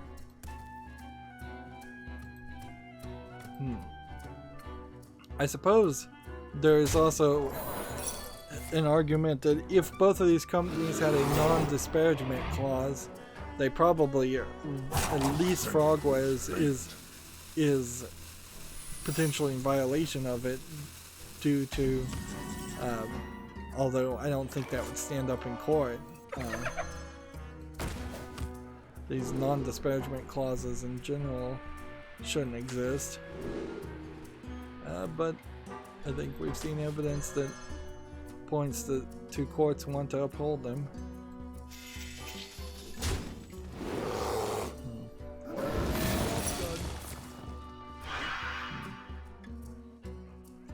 Well, that's gonna kind of suck. But not too bad. TechRept has an article. Project Genesis mixes first-person shooting combat with intense ship battle. This looks like a space shooting game. Let's see. This is also seems like an advertisement. Yeah, I kind of feel like Mass Effect should have had more ship battles and first-person shooting stuff. I think Mass Effect actually did have a lot of first-person shooting in it. It's just not the part that ever gets shown or highlighted. Honestly, I think Mass Effect mostly suffers from just being too big of a game.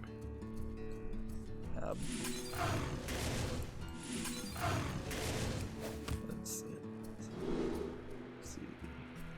Cheapest minion.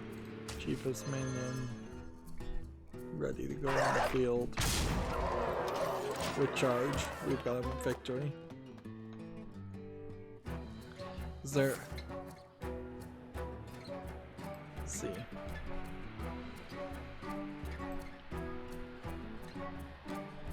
If the Steam store page would load up, we can look at that game, Project Genesis. But in the meantime, we have a game on Steam here called 1001 Hugs. Now, the idea of a game where you're hugging people is interesting, particularly if you're going for like a kid-friendly game. That doesn't seem to be what this really is, though. This seems like it is a Splatoon style game where you can hug people. I don't know, with the exception of Dropsy, I don't think there has ever been a concept of hugging people. You're like shooting teddy bears at people, like giant teddy bears. Clearly this is supposed to be a kid-friendly game, very, very kid-friendly game, but honestly it's kind of an asset flip game too. I can't really imagine this would happen. Hugging to revive when you're shooting people with things is weird. This is a free-to-play game too, so I guess if you're interested in trying it out,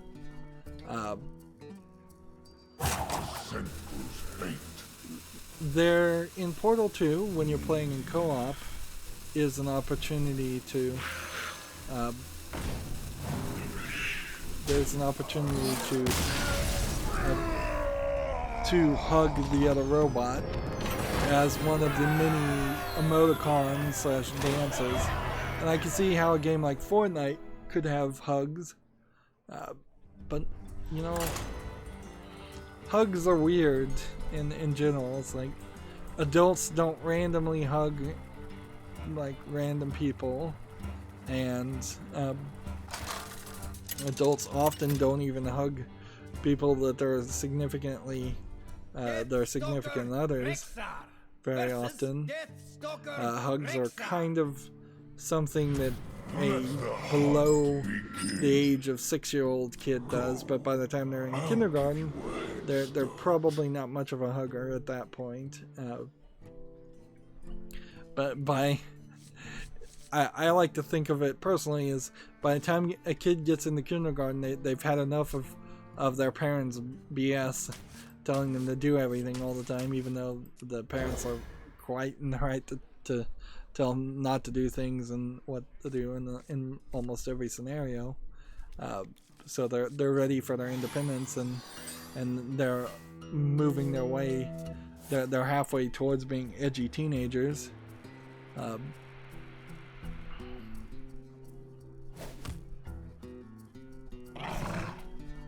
So yeah, it's an interesting concept, but it certainly isn't gonna be such a universal and easily used concept like first-person shooting is. Let's face it, shooting is the de facto standard for a reason.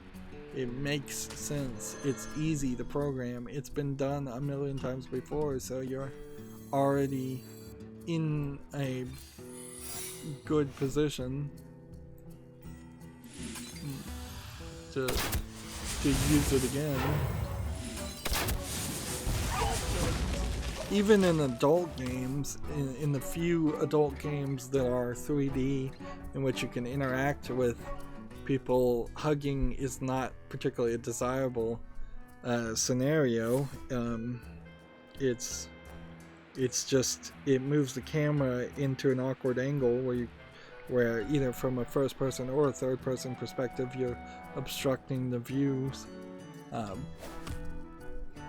And let's face it, adult games and pornography in general don't generally tend to be very focused on deep emotional connections and are more focused on just lewd depictions of body parts.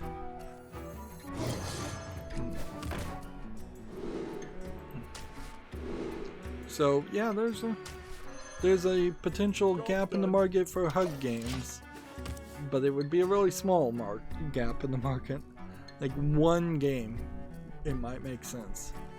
As just, this is an animation we made, this is a thing you can do at any time. It kind of reminds me of, there was this terrible game where you had to transport this little girl to safety through like a zombie apocalypse or something throughout the entire game. And you're just dragging her left and right throughout the entire game. Something like that might work. That's about it. Or if you were to make like a 3D Princess Maker game, maybe that would work. Like, since in that in that scenario, you are already dealing with a daughter character. Let's see.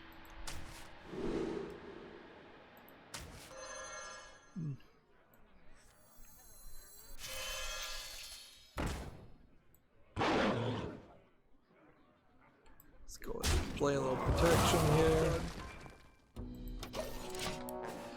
Here's Project Genesis on Steam. Moving on. It looks like it might be interesting. It's in pre-alpha to be announced. So the fact that TechRaptor is talking about it really is just a hype article. And that's a waste of time.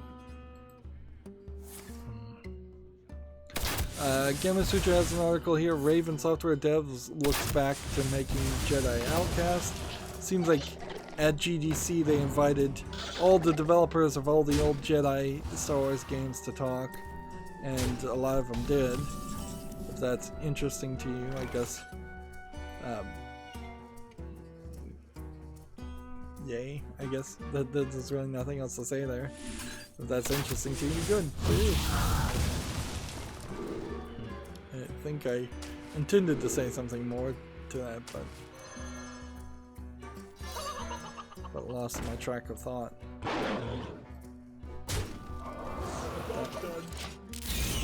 Hearthstone put out a blog post. Behind the tavern doors, see what's coming to Hearthstone. This will be interesting. They will be adding more events.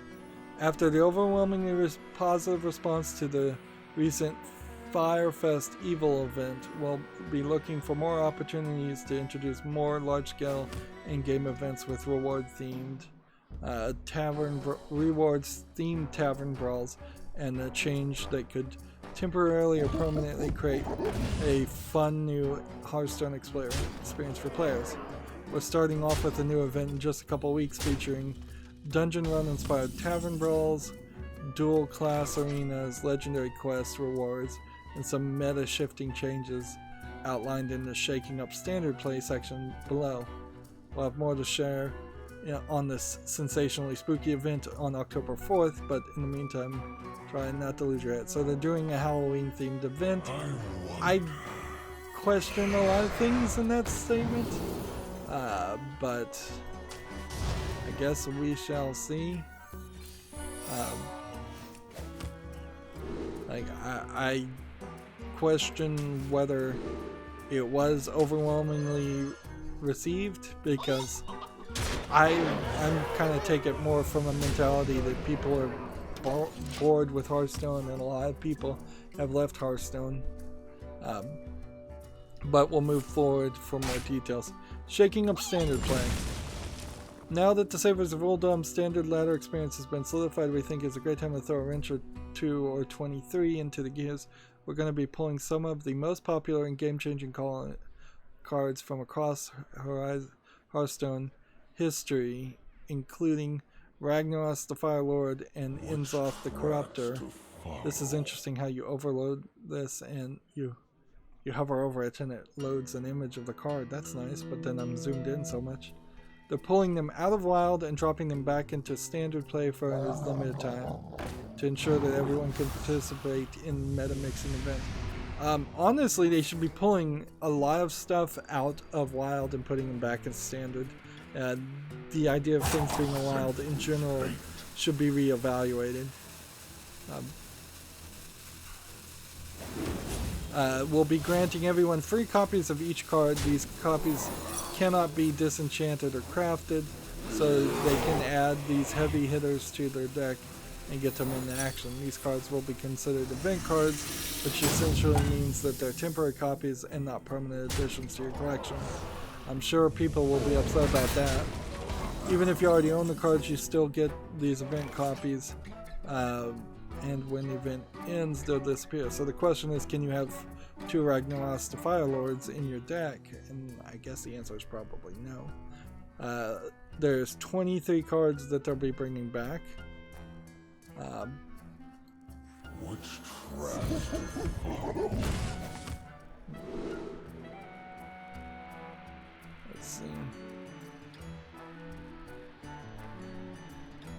this.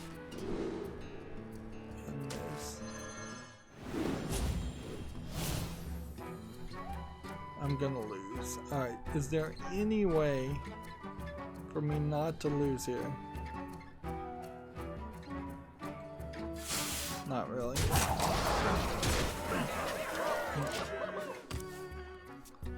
Let's see. Next, they have a 1,000-win classic portraits. Looking ahead, we want to continue celebrating personal success and milestones for all your dedicated Hearthstone players.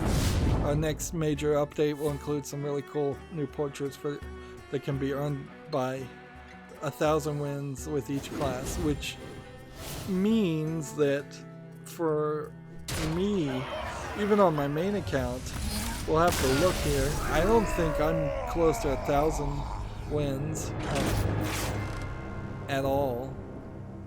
They'll also be doing alternate search terms.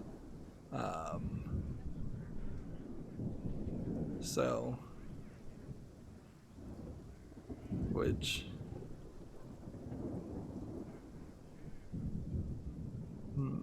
alternate search terms for hard to type cards. Will be adding calming misspellings and simplified versions of lead speak card names found on some mech minions. For example, snip or snap will show you SN1P and -SN4P, while the feature will be only be enabled for a few commonly misspelled cards at first. We'll be able to add more alternate search terms.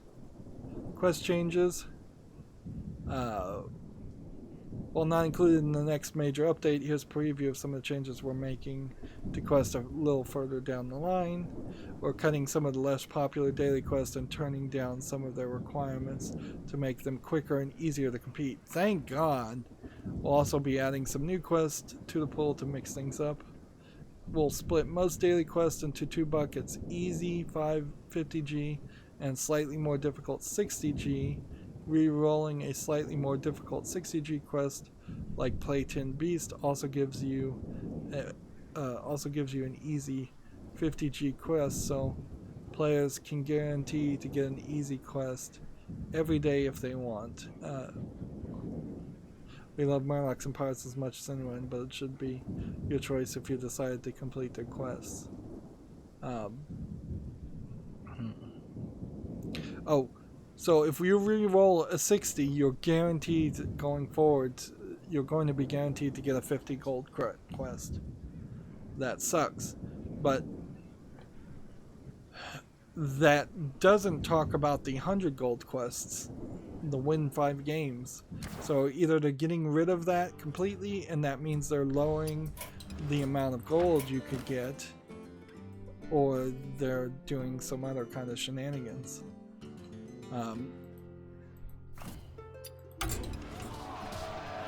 Ideally, I'd like more watch and learns more than anything else. I'd also like to not have to keep on playing this.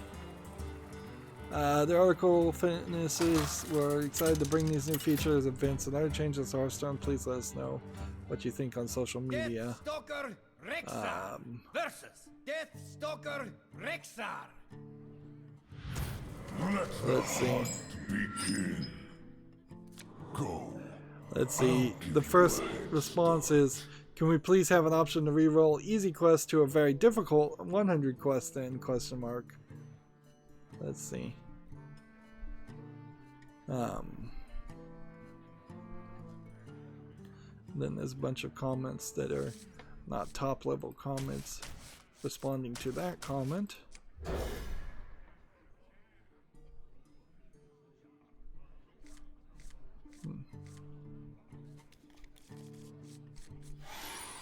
The next comment is, what would be great if you could double the deck capacity. 18 is not enough if players want to play both standard and wild, or if they want to test things. And then the way this forum works is terrible. Add a mark all as red feature so I don't have to hover over all those cards that I open in packs. Double the deck capacity. Thanks a ton for 1,000 reward. Been waiting for this for a long time. We'll have to go look at that. and see how many victories I really have, because I honestly think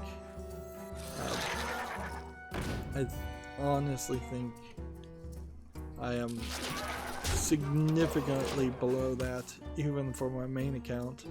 But then I guess I probably would be at 1,000 victories if I was just playing one account. I don't see anything here too interesting as far as the comments. We'll see in general how well I receive these slight changes to Hearthstone. I think they're sticking their toe in the water of the idea of bringing back some of the cards from Wild, which I think would be a way to fix Hearthstone. But honestly, I don't know if there's anything that fix Hearthstone enough to make people want to play it, short of drastically changing what a game of Hearthstone looks like, or at least opening the door towards towards it being something different.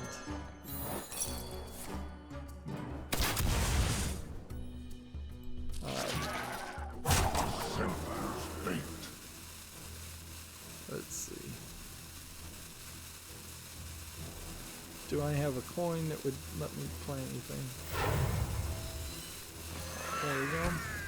Job done.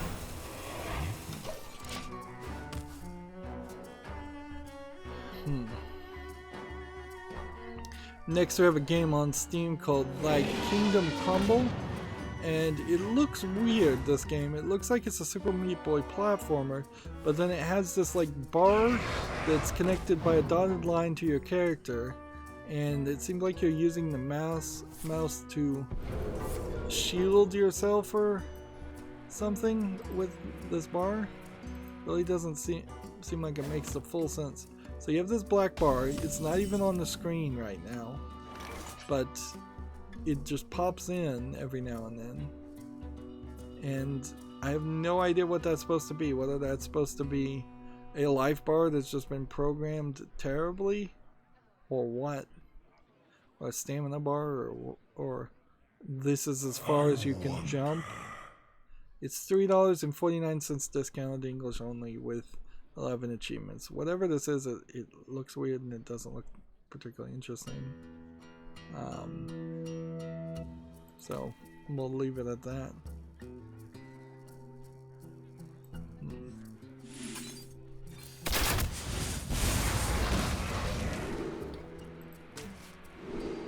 Let's keep on attacking.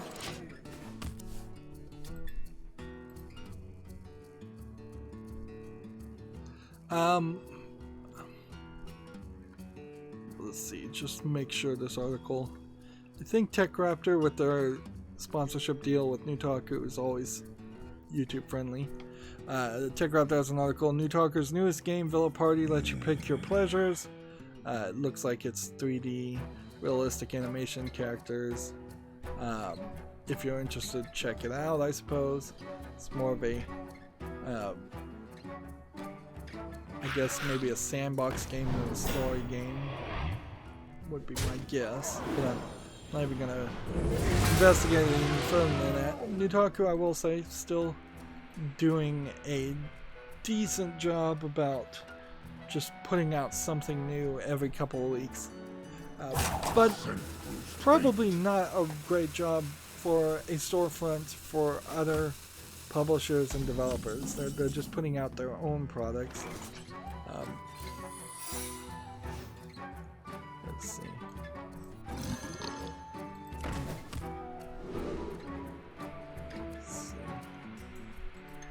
This and this. And then in the turn. TechRaptor has an article here. The Last of Us Part 2 won't have a multiplayer mode according to Sony. I don't know why anybody thought The Last of Us 2 would have a multiplayer mode. Maybe they thought you were going to play as Ellie and her girlfriend throughout the game. But since The Last of Us is a stealth post-apocalyptic zombie game, for lack of a better description, it's not super surprising. Yeah, I don't know what people were thinking there.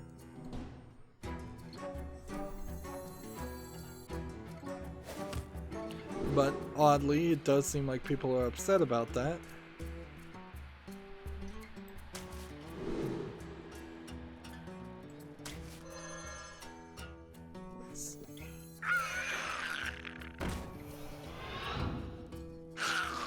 That.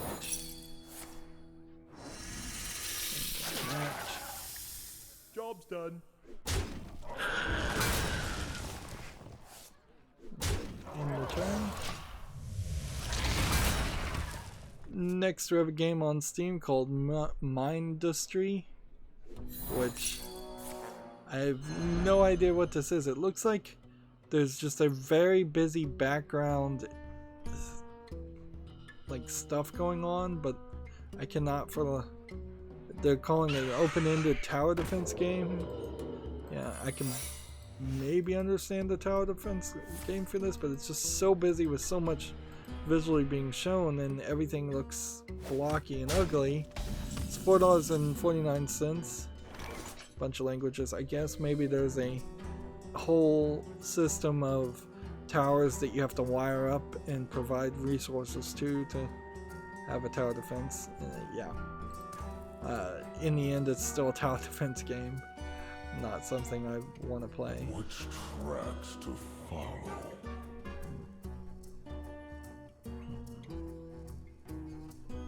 Draw 5 secrets from your deck. I bet I don't have 5 secrets.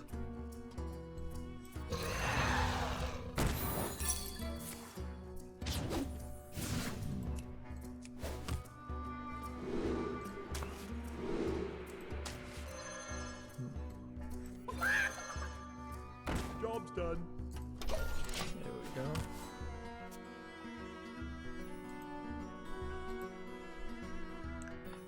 Game Sutra has an article here. Capybara Games co-founder Nathan Villa is leaving the studio after 16 years. I've heard of Capybara Games. They made the game Below. I don't remember Below, though. I probably covered it, but I really don't remember it. You know, 16 years at the same job is a long time, so I don't think there's anything too weird around that. Like, Vela helped Capybara develop games like Might and Magic Clash of Heroes. Ah, that's the game I played. I like that. Super Brothers Sword and Sorcery, I don't think I played that. Super Time Force. And Below. I don't think I've played Below. Might need to decide and do some research to see what Below looks like later on, but unfortunately what we're running into is we're dragging on, and I'm gonna probably just have to play off screen if I just didn't have so much news to cover. Alright, let's come over here and spice some things up. We'll play as Rogue first of all. Tempo Rogue. Play here. And let's just look. Do I have 500 wins for Tempo Rogue? No. Or Rogue in general. Do I have 500 wins for Shaman? No. Do I have 500 wins for Zoo Warlock? No. Do I have 500 wins for Stone Priest? No. I do have 500 wins for Paladin. I nearly have 500 wins for Mage. I am nowhere close to Mech. I'm nowhere close in Druid. And I'm way worse in Warrior than anything else. So getting a 1000 portrait really is a reward to the people who were playing since beta and have been streaming this game and playing it every day for 8 hours and nothing but this game. And that's just not me. So that reward opens a bit of a gap and a honestly resentment on my part, because I kind of resent already the people who have paid to win, the people who are playing Hearthstone like crazy. I resent in part that Hearthstone wants people to play as much as it asks people to play. it's not good, to say the least. So, as somebody who doesn't even have the 500 portrait, to have potentially a little bit of the goalposts moved on me, just like YouTube moved the goalposts on monetization. It used to be once you get 500 ranked wins, you were totally golden, and that was the highest rating you could have, and everybody was put in that top tier class or player. Now I am a secondary class citizen because I don't have the 1,000 wins, and in many cases I am actually a third class citizen. I've moved from a second class citizen to a third class citizen on all of those characters that don't even have 500 wins. Now on the other hand, it's ranking 500 ranked wins. Perhaps it would turn into, perhaps I'm misunderstanding it a bit, and it's 1,000 wins in total. If there is a secret metric that says, oh, you haven't won 500 ranked wins, but you've won 1,000 games for sure because you played a bunch of tavern brawls and arena runs. I haven't even played a bunch of arena runs. I basically never play arena runs anymore. So if they're measuring the number differently, then that would change my feeling a little bit on it. Hey, lights out. But that would also be awkward because it means that there would be scenarios where people could get the 1,000 win hero frame but don't have the 500 ranked wins hero frame. Whether that matters or not, I don't know. But it probably matters to some people. Moving on, we have a game on Steam here called Stygian Reign of the Old Ones, a Lovecraftic horror RPG. Far too many games based on Lovecraft, but this looks like it actually is visually polished and an attempt at a real game. We'll see if it actually gets reviewed well. It says it's very positive already.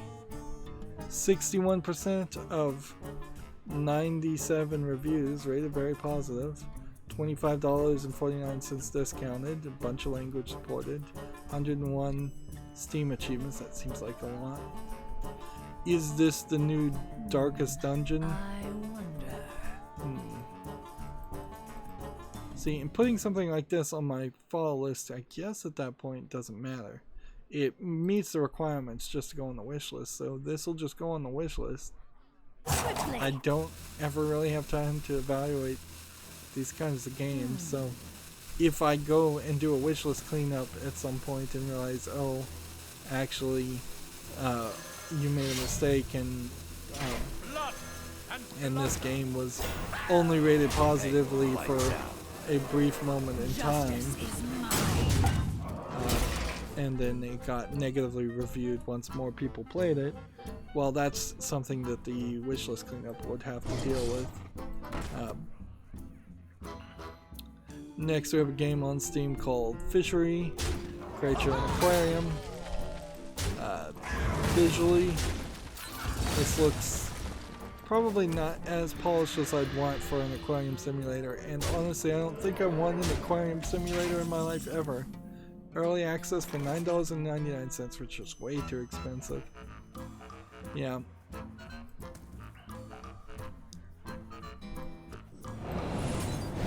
Let's see. This. Blood and plunder. Return a friendly minion to your hand that costs 2 less. Well, it cost 0 before, so let's not attack. Yeah. If you were gonna have a fake aquarium, that should be a cell phone game by today's standards. That would make a lot more sense. Something you could take with you as a virtual pet. It doesn't make any sense in PC terms. Next we have a game on Steam called Frenzy Plants, which according to this trailer, you're just playing as like a bunny jumping around areas. There seems to be no collectibles and no enemies in this game. So I suspect this is a non-game, not 79 cents discounted, English only. Yep. Well, it doesn't look terrible. It's just every screenshot implies to me that there's no actual gameplay. Alright. We do this. And then we do Justice is this. mine. I screwed up there. That's not what I wanted to do. That's a big oops.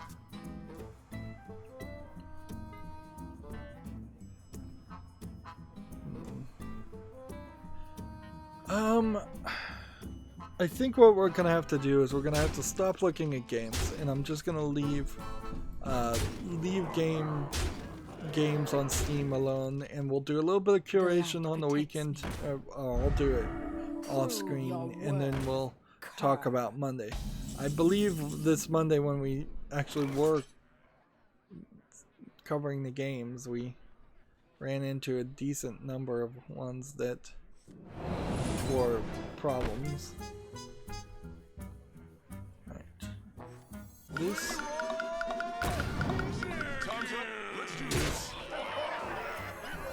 This.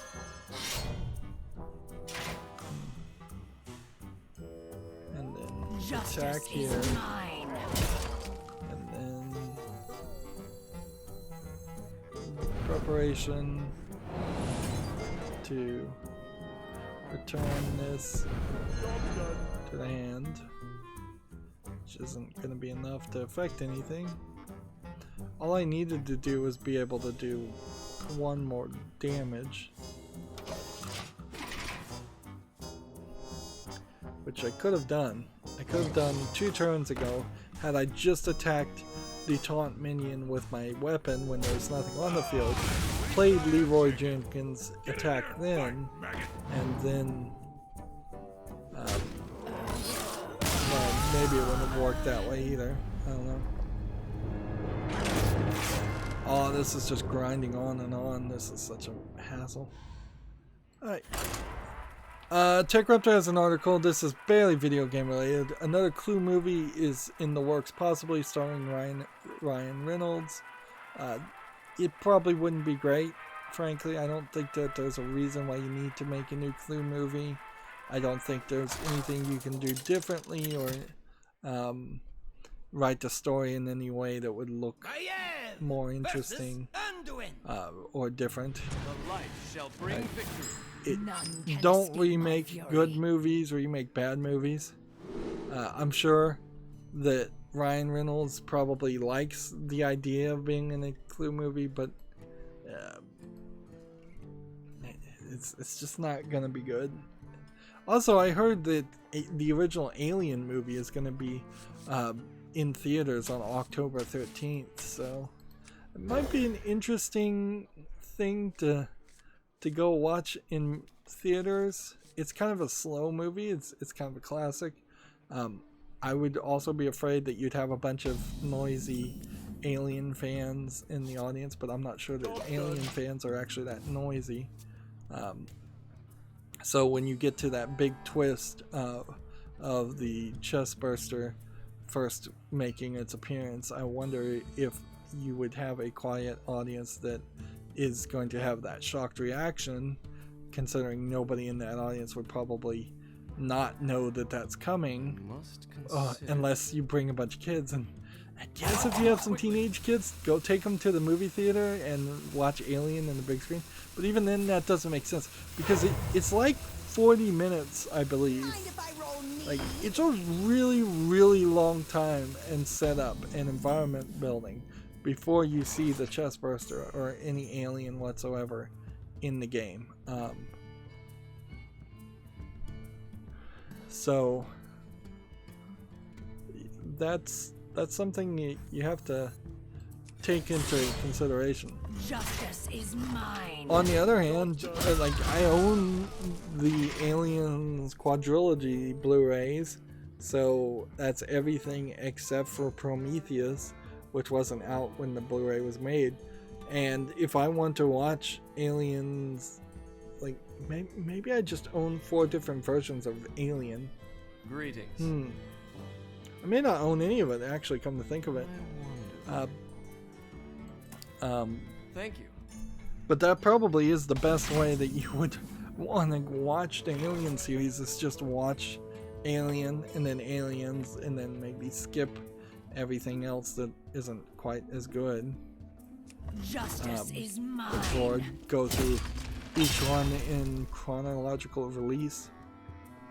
It is also, I think, totally valid to point out that the Alien series was not directed, written, or led by the same person in every movie, so it's hardly like you're getting a George Lucas experience throughout all of the movies. You're getting very different experiences based on which movie you're watching. Moving on, Gamasutra has an article. Probable acquires the online game developer called the Multiplayer Guys for an undisclosed fee. Okay. Let's see. The Improbable's goal is to pioneer and practice new, better ways to approach multiplayer gaming development using next generation tools like Spatial OS. So Spatial OS is the software that seems like a lot of people are trying to use it, but also seems to have some controversy around it.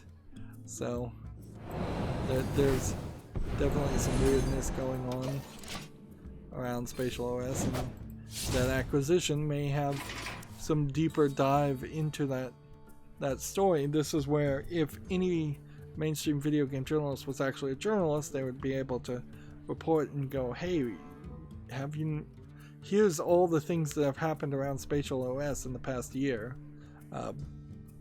and here's how this news story relates to that. Moving on, TechRaptor has an article. Curve Digital announces Table Manners, a physics-based dating game. The idea of trying to teach table manners in a video game is going to be a huge failure. This is clearly a joke game. It's basically Date Simulator instead of Surgeon Simulator. Yeah.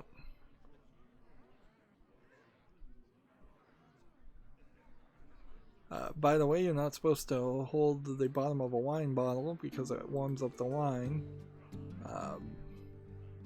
Like, everything being served in these dates are like highly interactive food products too, a lot of which involve fire and such that somebody you're dating would not be allowed to have control of. If you are going to do a flambe, it's going to be somebody who's very much trusted as a restaurant employee.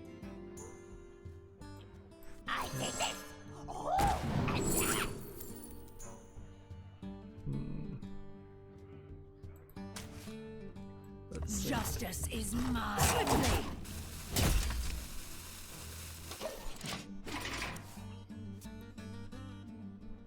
So yeah, Table Manners doesn't look particularly realistic as far as a dating game. Like, I don't know if there's perhaps some kind of player's guide out there that says you should do fondue or something highly interactive while on a date. Maybe that's something fun, but that could also be super annoying too. It might be a way to kind of distract the awkward conversation and see how well you work together. It probably isn't a terrible dating advice idea. It's like, yeah, go to a fondue restaurant. Go somewhere where you're eating family style and you're sharing and cooking and preparing the meal at some point. and see how well somebody works with that, because you might very quickly find out that the person is lazy, or doesn't like to cooperate with people, or is an idiot and doesn't know how to cooperate with people. So you could probably eliminate some factors. Justice is mine. Moving on, TechRaptor has an article. The game Everything is free on the Epic Games Store this week. Everything in Metro 2033 Redux are free. I'm gonna just start reporting on any time a game is free on any platform. I think that's fair reporting, even if it is the Epic Games Store or Xbox Live. Gamasutra has a basic blog here. Carmack lessons. This is John Carmack. Lessons from Gear VR paved the way for the Oculus Quest mobile VR. It's not actually a blog, it's an interview, but yeah. Honestly, I think John Carmack has never really been in touch with the video game world. I think he just made a major contribution in creating Doom and the technology behind Doom, and then it put him in a level of a position of power that he was not well suited to be in. Simply put, draw 2 pirates and a weapon.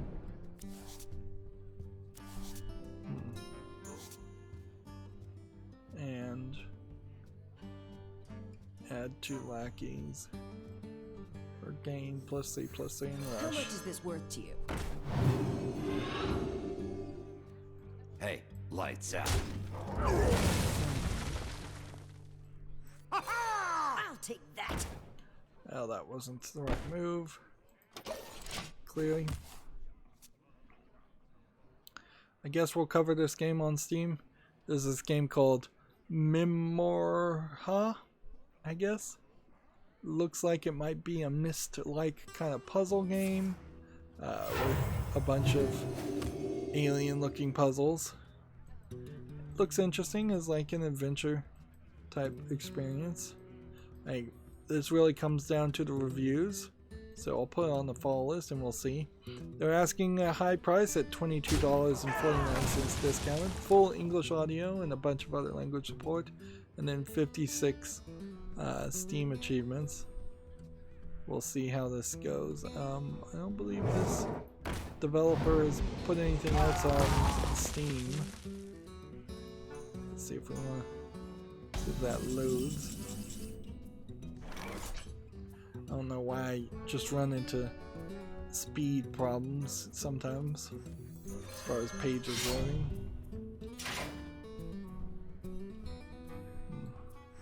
Oh, up to no good. Me too.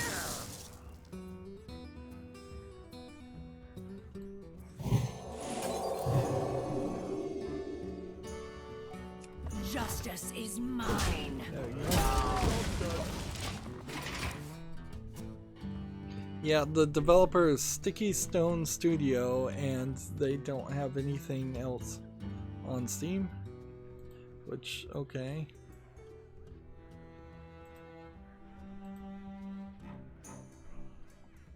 Gamasutra has another article here. More like Microsoft and Apple, Carmack wants Oculus to keep old VR games alive. You kinda need to. So clearly Carmack did a speech or was interviewed, and they made several articles around it. But yeah, you absolutely have to keep the old games alive because your library is incredibly small as far as VR games. And there's no reason to start abandoning for a new generation.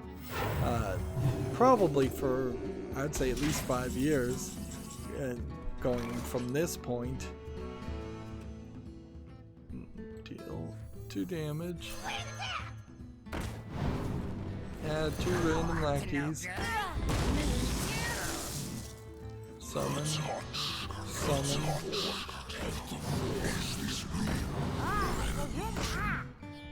2, 2, 1, 3. So Do we have anything that would do a significant amount of damage?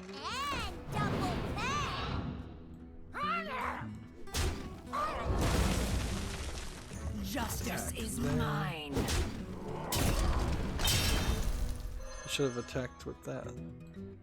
Yeah, but whatever. Up to no good? Me too. Swiftly. Can we give anything a rush that would kill it? No. Death rattle. No. Destroy an enemy minion.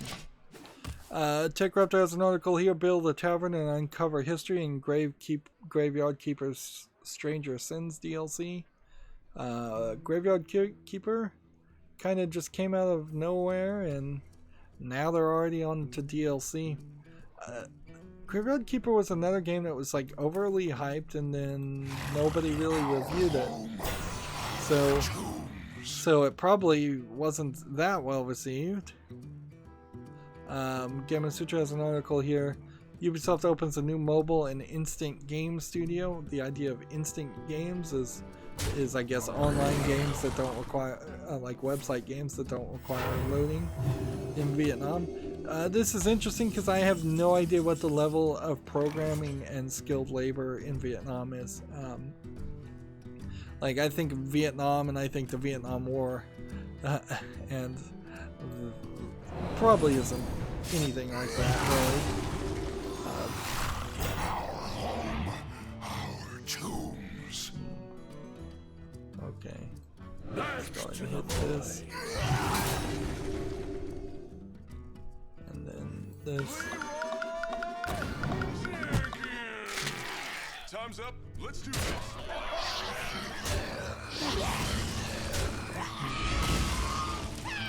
One, two, three. Job's done.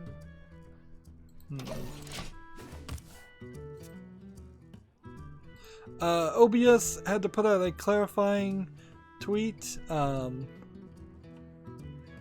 Let's see. That they're right now at TwitchCon 2019 presenting. About 4 hours ago, they put out a tweet. We're seeing several news sites publishing articles stating that we have been acquired by Logitech. These articles are not correct. Tools and alerts provider Streamlabs has been acquired by Logitech. OBS and the OBS project remains fully independent. So the confusion there is that a lot of people use Streamlabs build of, I believe, the open source version of OBS. And so people are assuming that OBS was just acquired by Logitech. Speaking of Logitech, I was on their website looking at like what kind of keyboards and mice they offer these days. They're really not offering anything new or interesting, to say the least. Like in particular, I was looking at the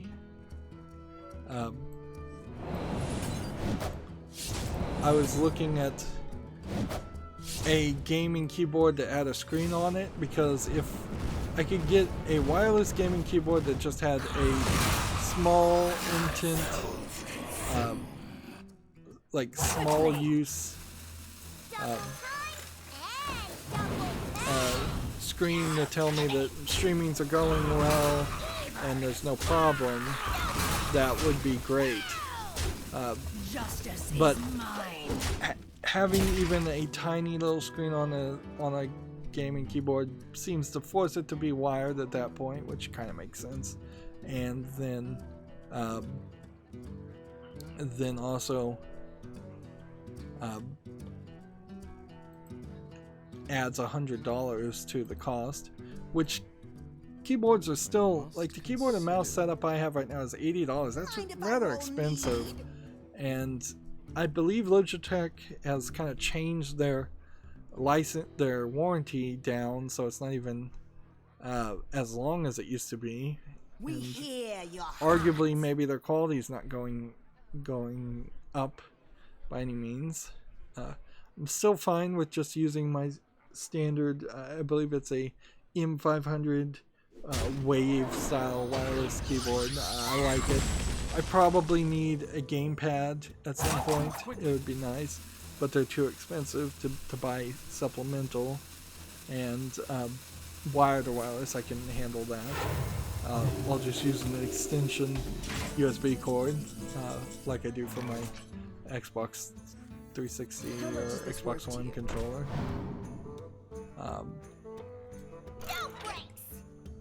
Let's see. Got to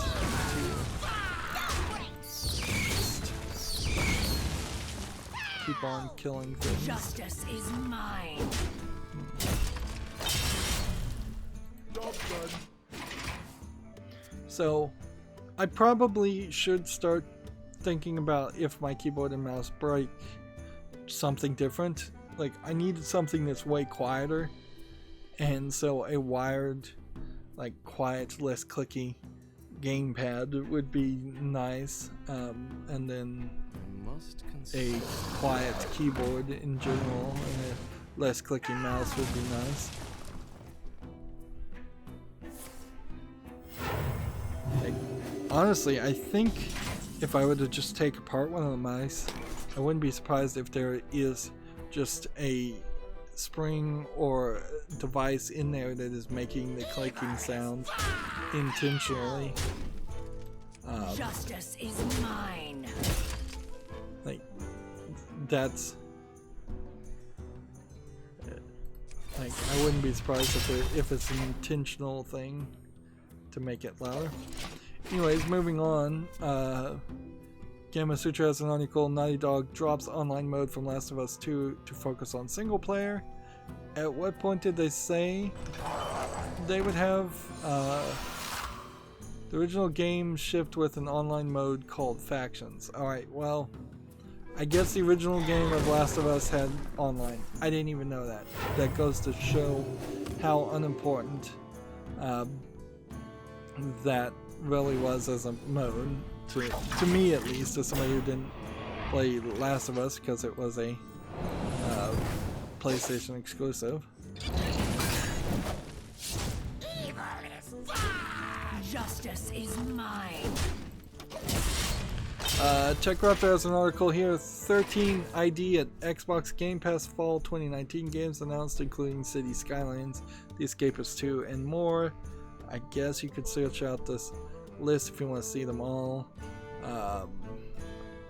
Minute, Munchkin. I didn't know Munchkin was actually on the Talos Principle. Vamon's Cold Steel, Yooka-Laylee. Some of those games aren't terrible. Most of them are fine. I don't know what the Red Strings Club is. Well, I'm gonna look up this one in particular. Let's see what that is.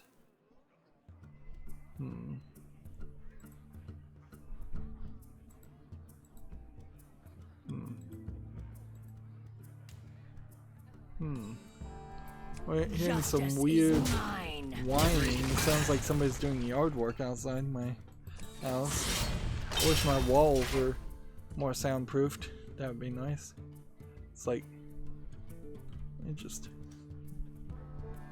Thank you. could be my computer fan whining too, I guess.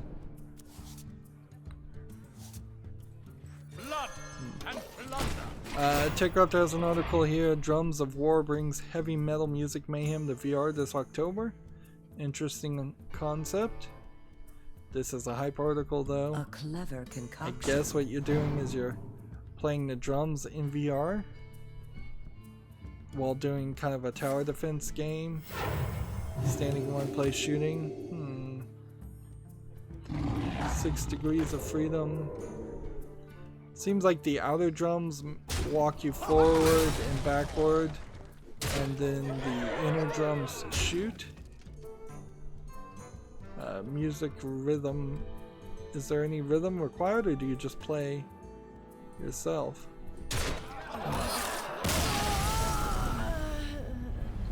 Nope, that is definitely somebody doing yard work. Probably Probably next door, I would guess. Alright, what is the other thing I can do? Man. We're 15 minutes over. We need druid or rogue victories. We've got no druid, we've got no rogue victories. Let's try token druid. I'm trying to cover all the news and just be done with the stream. It's been a very sleepy Friday stream. No real progress been made. Really don't want to break up and do another third hour. Versus Valera. So here we go. Komatsu has an article. Inazuma 11 Aries retitled the Inazuma 11 Great Road of Heroes. Launches spring 2020 of Japan. It's for the PS4, smartphone, and Switch. Inazuma 11 is a soccer anime kid show, so this is going to be some kind of soccer game, although I think it's more of a arcadey style soccer game than anything else.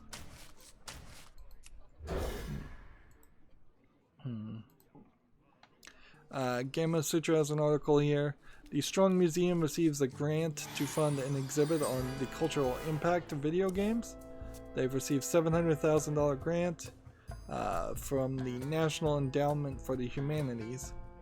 Okay, and it will be interesting to see how this Strong Museum presentation and display looks like. The question would be, does it highlight a bunch of random things that claim to be games that have really no cultural reference or impact on the video game community at all? Or is it talking about classic things like Donkey Kong, Pac-Man, or even modern games like Halo, things that we know for a fact are impactful and important? Like, again, Depression Quest, not a game that really should be in the museum, in my opinion. It doesn't have that cultural impact. Not enough people bought it. Not unless you want to do a whole presentation in a museum talking about Zoe Quinn from her birth all the way to this current point. Then you might have a, again, still not culturally impactful story, but at least a accurate depiction of why it might have some relevancy. And notice how I said relevancy, but really it would only be relevancy to its own story. It's not really relevant to anybody else or who just don't care who Zoe Quinn is and don't care about Depression Quest, which is the vast majority of people who would be playing video games. Moving on, Gamatsu has an article of the Otome romance visual novel, Otome meaning young maiden. Koi no Hanasaku Hayakayan, I mispronounced that almost certainly, is due out January 30th in Japan for the Switch. Looks like it's a kind of unique art style. There's an interesting color palette here. Well, it's not like a pure blonde or a pure bright blue or a pure brown. There's nothing really more to say here.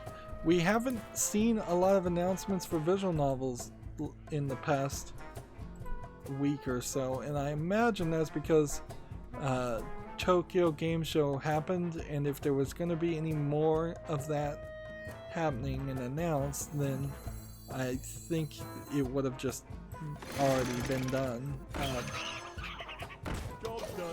So yeah, I think we will be in a bit of a lull, maybe all the way to the end of December, where we get any kind of new announcements for any new Japanese specific games like visual novels. They may just be quiet for the next 6 months or so. Like this. And then this. And this. TechRaptor has an article. The original Elder Scrolls devs are working on a new fantasy RPG as once lost games. This is, I talked about this earlier, but this was the actual article. a open world fantasy RPG. Of course, they won't have the money behind them as Bethesda does. 3 of the 4 founders of this new studio, Ted Peterson, Julian LaFay, and Vijay Lakshma, worked on the original The Elder Scrolls Arena, which, oh yeah, I forgot, The Elder Scrolls Arena wasn't even really an RPG game, was it? The 4th founder is a marketing director, Ian Phoenix. So it's questionable whether they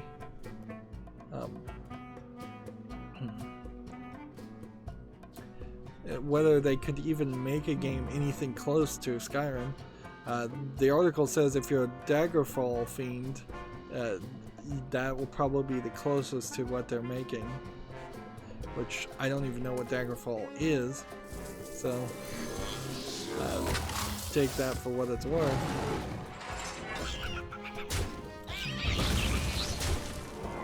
For the wild.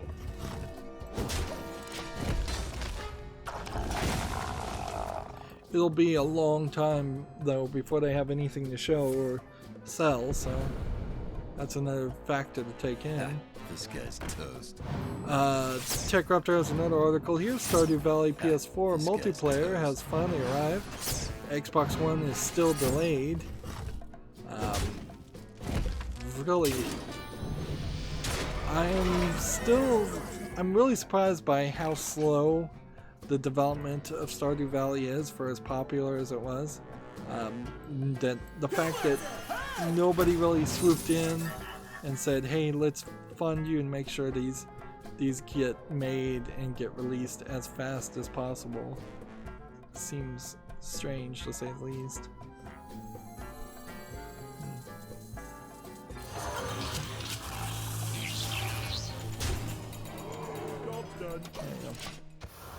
TechRaptor has an article. Remakes of the House of Dead 1 and 2 have been announced.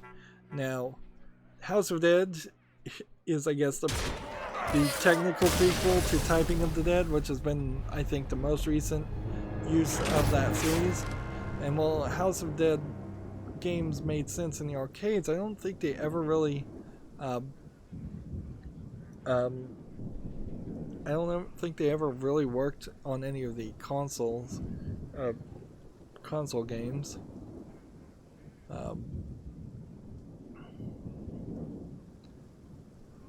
So, as TechRaptor finds it, several sequels and spin-offs followed, including a widely panned film directed by Uwe Boll, the infamous Typing of the Dead, and a Game Boy Advance pinball game. It's a rail shooter game, so it's suspicious, to say the least, that they would be able to make a good one. I've never seen them make a good one so far, so I wouldn't really hold my breath. But it would be nice if they did, if this was a reboot of the series, and this time they were gonna do it right. You asked for it. Yeah, Must protect the wild. that's all I can really say on that. TechRaptor has an article. Grab Free Space 2 for free. Space games for less at the Good Old Games and Interstellar sale. So, yeah. If you want to play Free Space 2 and don't mind having it on your Good Old Games account, that's available to you.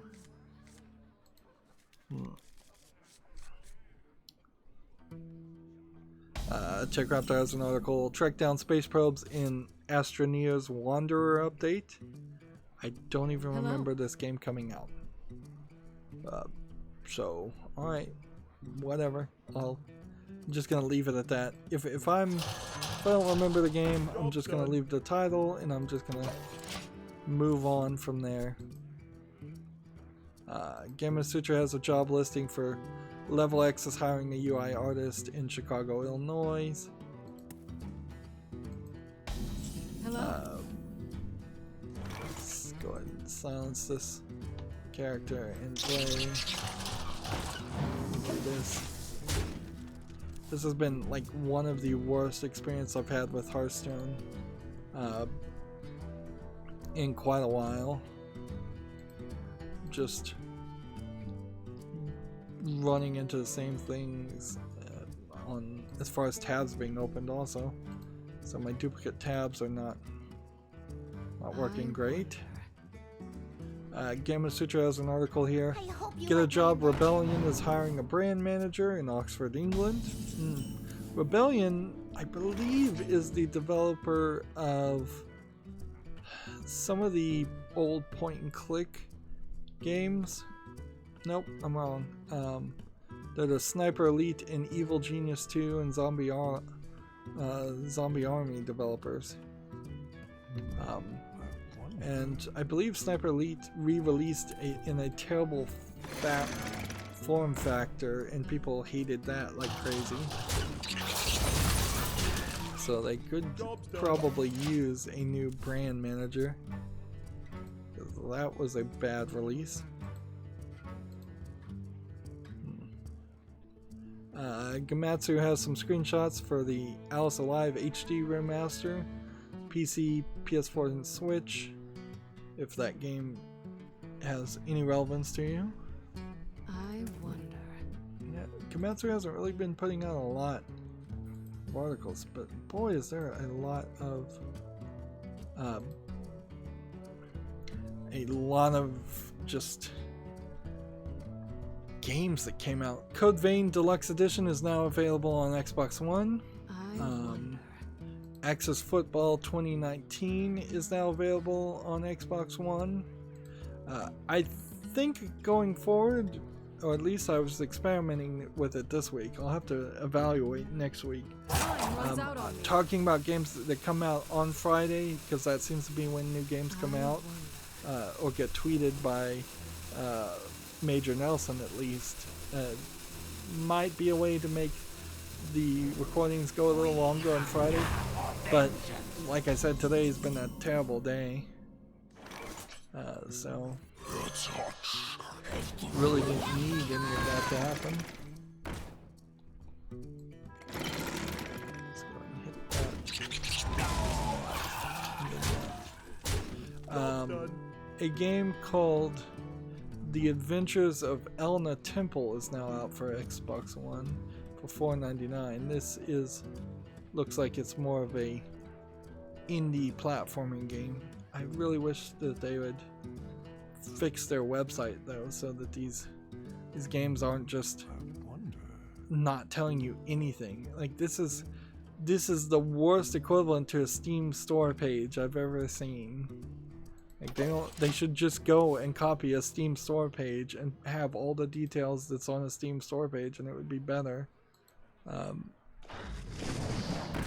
A game called Fight and Rage is available for Xbox One, $19.99. I'm sure it's a beat 'em up game. See, at least this one somebody wrote some ad copy, but still not a lot of information. Right. Do this. And then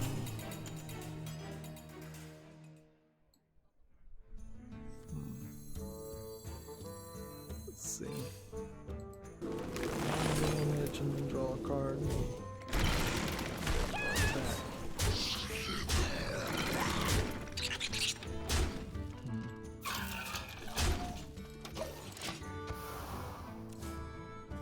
Yeah, going through the Xbox One releases is pretty quick.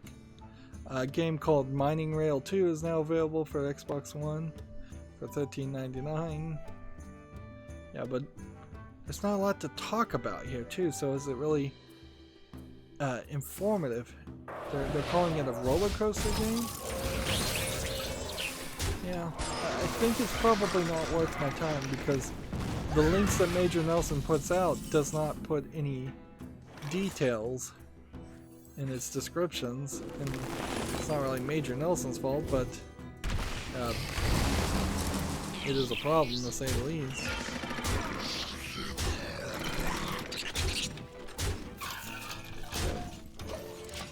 Gamatsu has an article here. Blaze Blue Cross Tag Battle DLC key character Yumi trailer.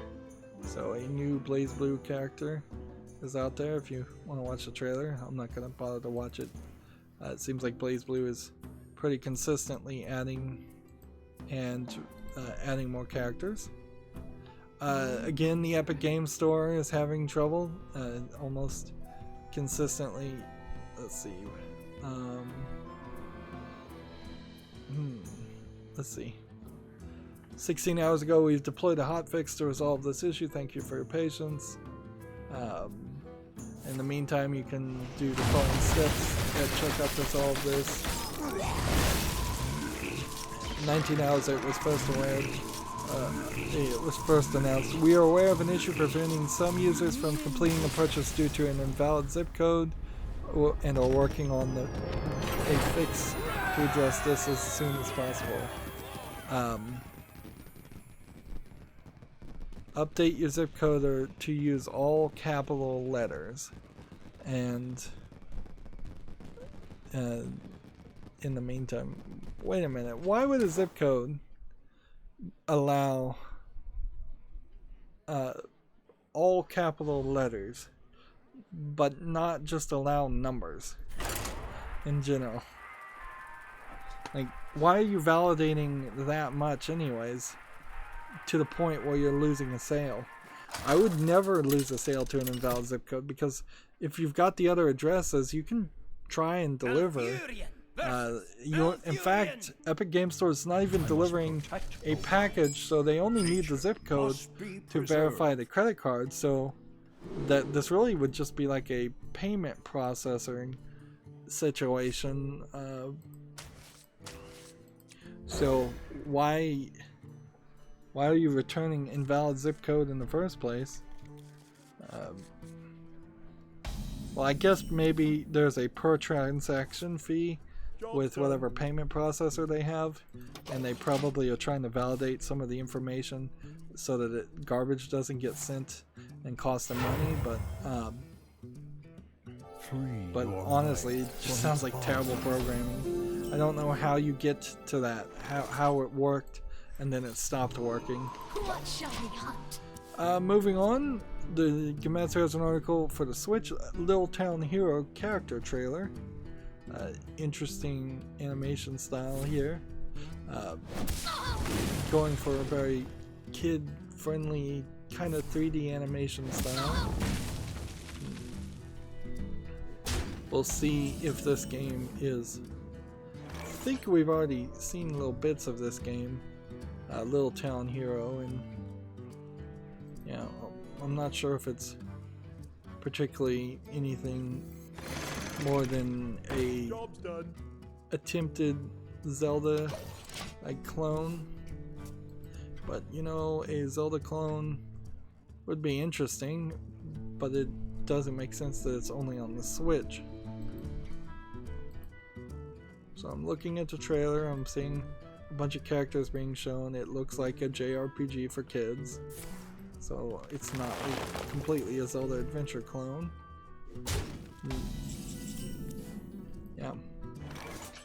Yeah, it seems like it's really closer to a simplistic Final Fantasy game, which then also would put it kind of like a Pokemon game if you didn't have collectible animals in it.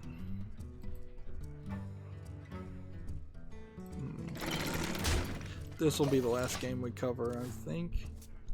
TechRaptor has an article here. The Long Dark hits 5 years anniversary. So that's next story episode for launch. If you had asked me, I would have thought The Long Dark hasn't even come out yet. And the idea that it's been 5 years since, I guess, maybe beta that it came out, or 5 years that it came out in total for sale, kind of screams to me it's not very relevant, to say the least.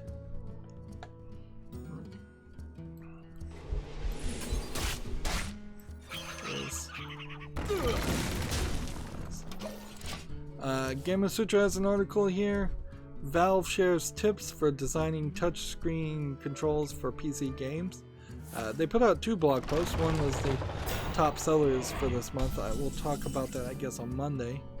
And then they put out a blog post talking about this. I believe this is that game Steep that's like really hard to control. Playing games on your phone is still more of a pie in the sky idea than a final concept that has been fully thought out and developed. But it would be nice if there was a way to get more people on board of potentially supporting cell phone play. Clearly that's where Steam's idea is that they want you to be able to play on your cell phone the games that you normally play on your phone, streaming through your local network through Stream Play, whereas I think Steam probably should be more focusing in on having a secondary storefront category of just mobile games and having a storefront where good quality mobile games can actually exist.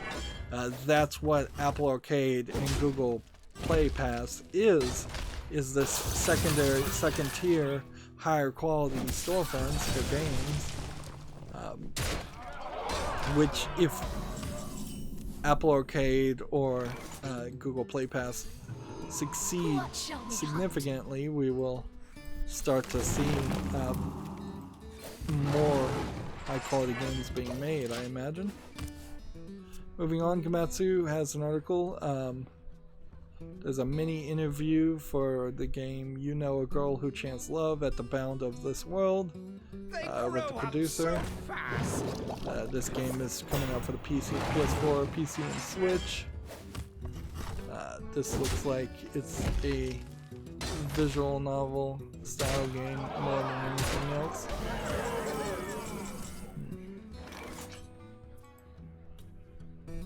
I barely made it to the end.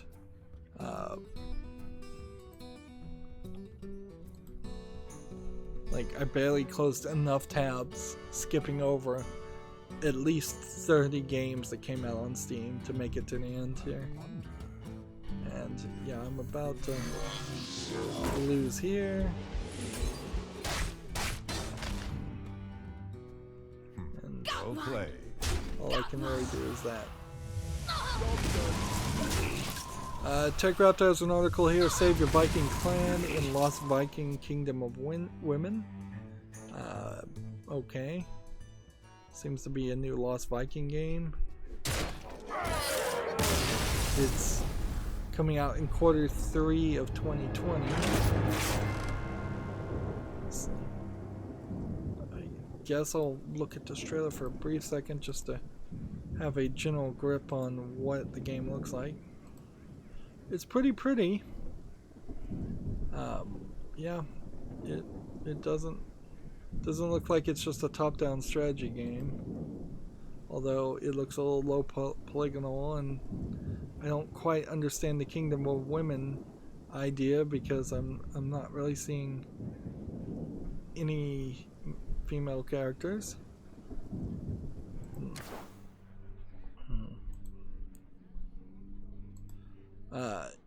Intel is giving away some like gift cards and I think a full computer too, so I'm gonna look to see if I could win a new CPU, like a Core i9 9th generation would be very nice to win. Odds are extremely low, so we have gotten nowhere here. Like, victories needed for this, victories needed for this, victories needed in the Asian account off screen. Moving on, we're going to try and wrap up here. The news, IGN has an article, and I don't usually follow IGN. The National Film and Sound Archive of Australia to collect, preserve Aussie video games. Hollow Knight, L.A. Noire, The Hobbit, and Submerged to be among the first to be collected. not the oldest games by far. Also, it's weird that Australia would be archiving any of that because, let's face it, Australia's not all about letting every game, even in their country, for sale.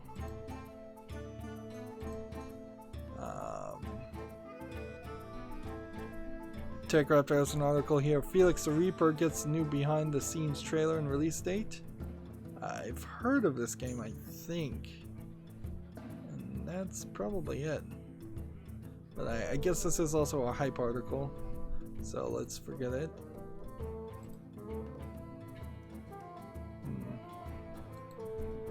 Let's see. Gamma Sutra has an article. Alchemy developers laying $4.4 million for a new XR studio-based studio called Absurd Joy, or Absurd Joy. Okay. I thought I was done, but I'm still seeing articles.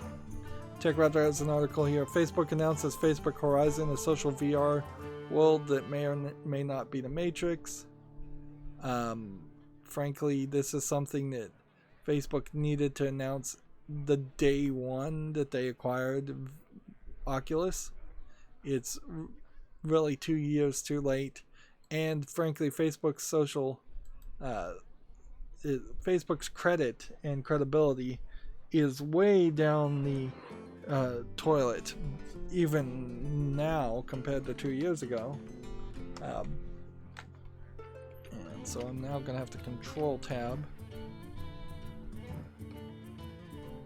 Let's see. Oh, I wanted to show this off. Here's a comparison of Borderlands 2 Lilith to Borderlands 3 Lilith. And visually, yeah, Borderlands 3 with the new Unreal Engine compared to their proprietary engine looks different, looks better, looks brighter. We have nearly the same outfit for Lilith, although I would say you're seeing a little less emphasis of skin in general on characters. Lilith seems like she's pretty much the same in this outfit. I don't know if this is the default outfit for Lilith in Borderlands 3 though. That might change, and I don't even know if this was the default outfit for Lilith in Borderlands 2. Notice her tattoos are more glowy and less deep ink and pronounced. Notice her cleavage here is a little bit more curved and rounded, where the cleavage here is just like a low square top. Her cheeks in this image are in shadow, so it looks particularly sunken in, where they're flushed out way more here.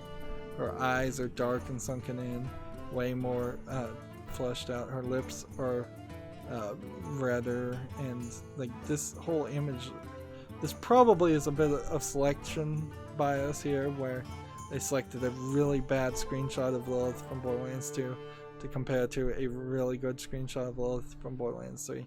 But in general, the wrinkles, the textures on the shirt are much more pronounced, much more detailed, I think, compared to her belts and such.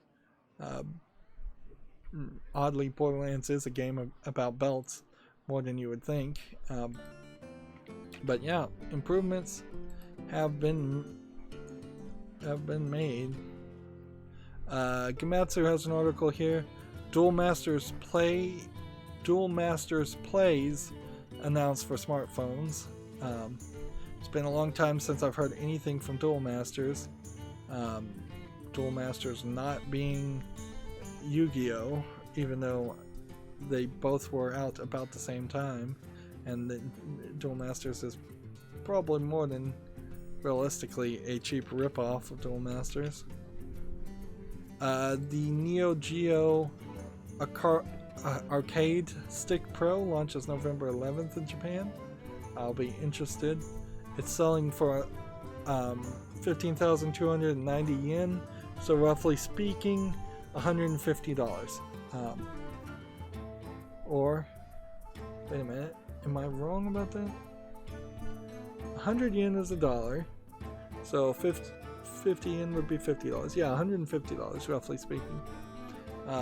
That's a little too expensive. I think you could do better. Hopefully this doesn't sell too well and it sees an incredible price drop, so I could get it for... ideally, I'd like a broken one, because I just want to put a Raspberry Pi in it for like $20, $30. And that brings me to the Humble Bundle store, and I don't think that there will be any new Humble Bundles. And at that, I'm not gonna spend any time trying to go through any missed news, because we're not even covering all the games. There's still like 40 games that came out today.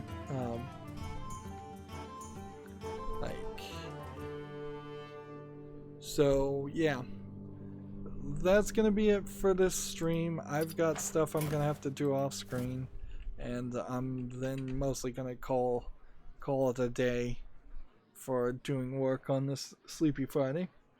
As always, I ask you to like, share, subscribe, comment, and watch every second of my videos. If you want a friend to follow me on any social media sites, there's a whole bunch of links down below in the description box. And if you want to support me even further, there's a link to Patreon, or you can friend me on Steam and gift me a game off my wishlist. Thank you for watching. Have a good evening.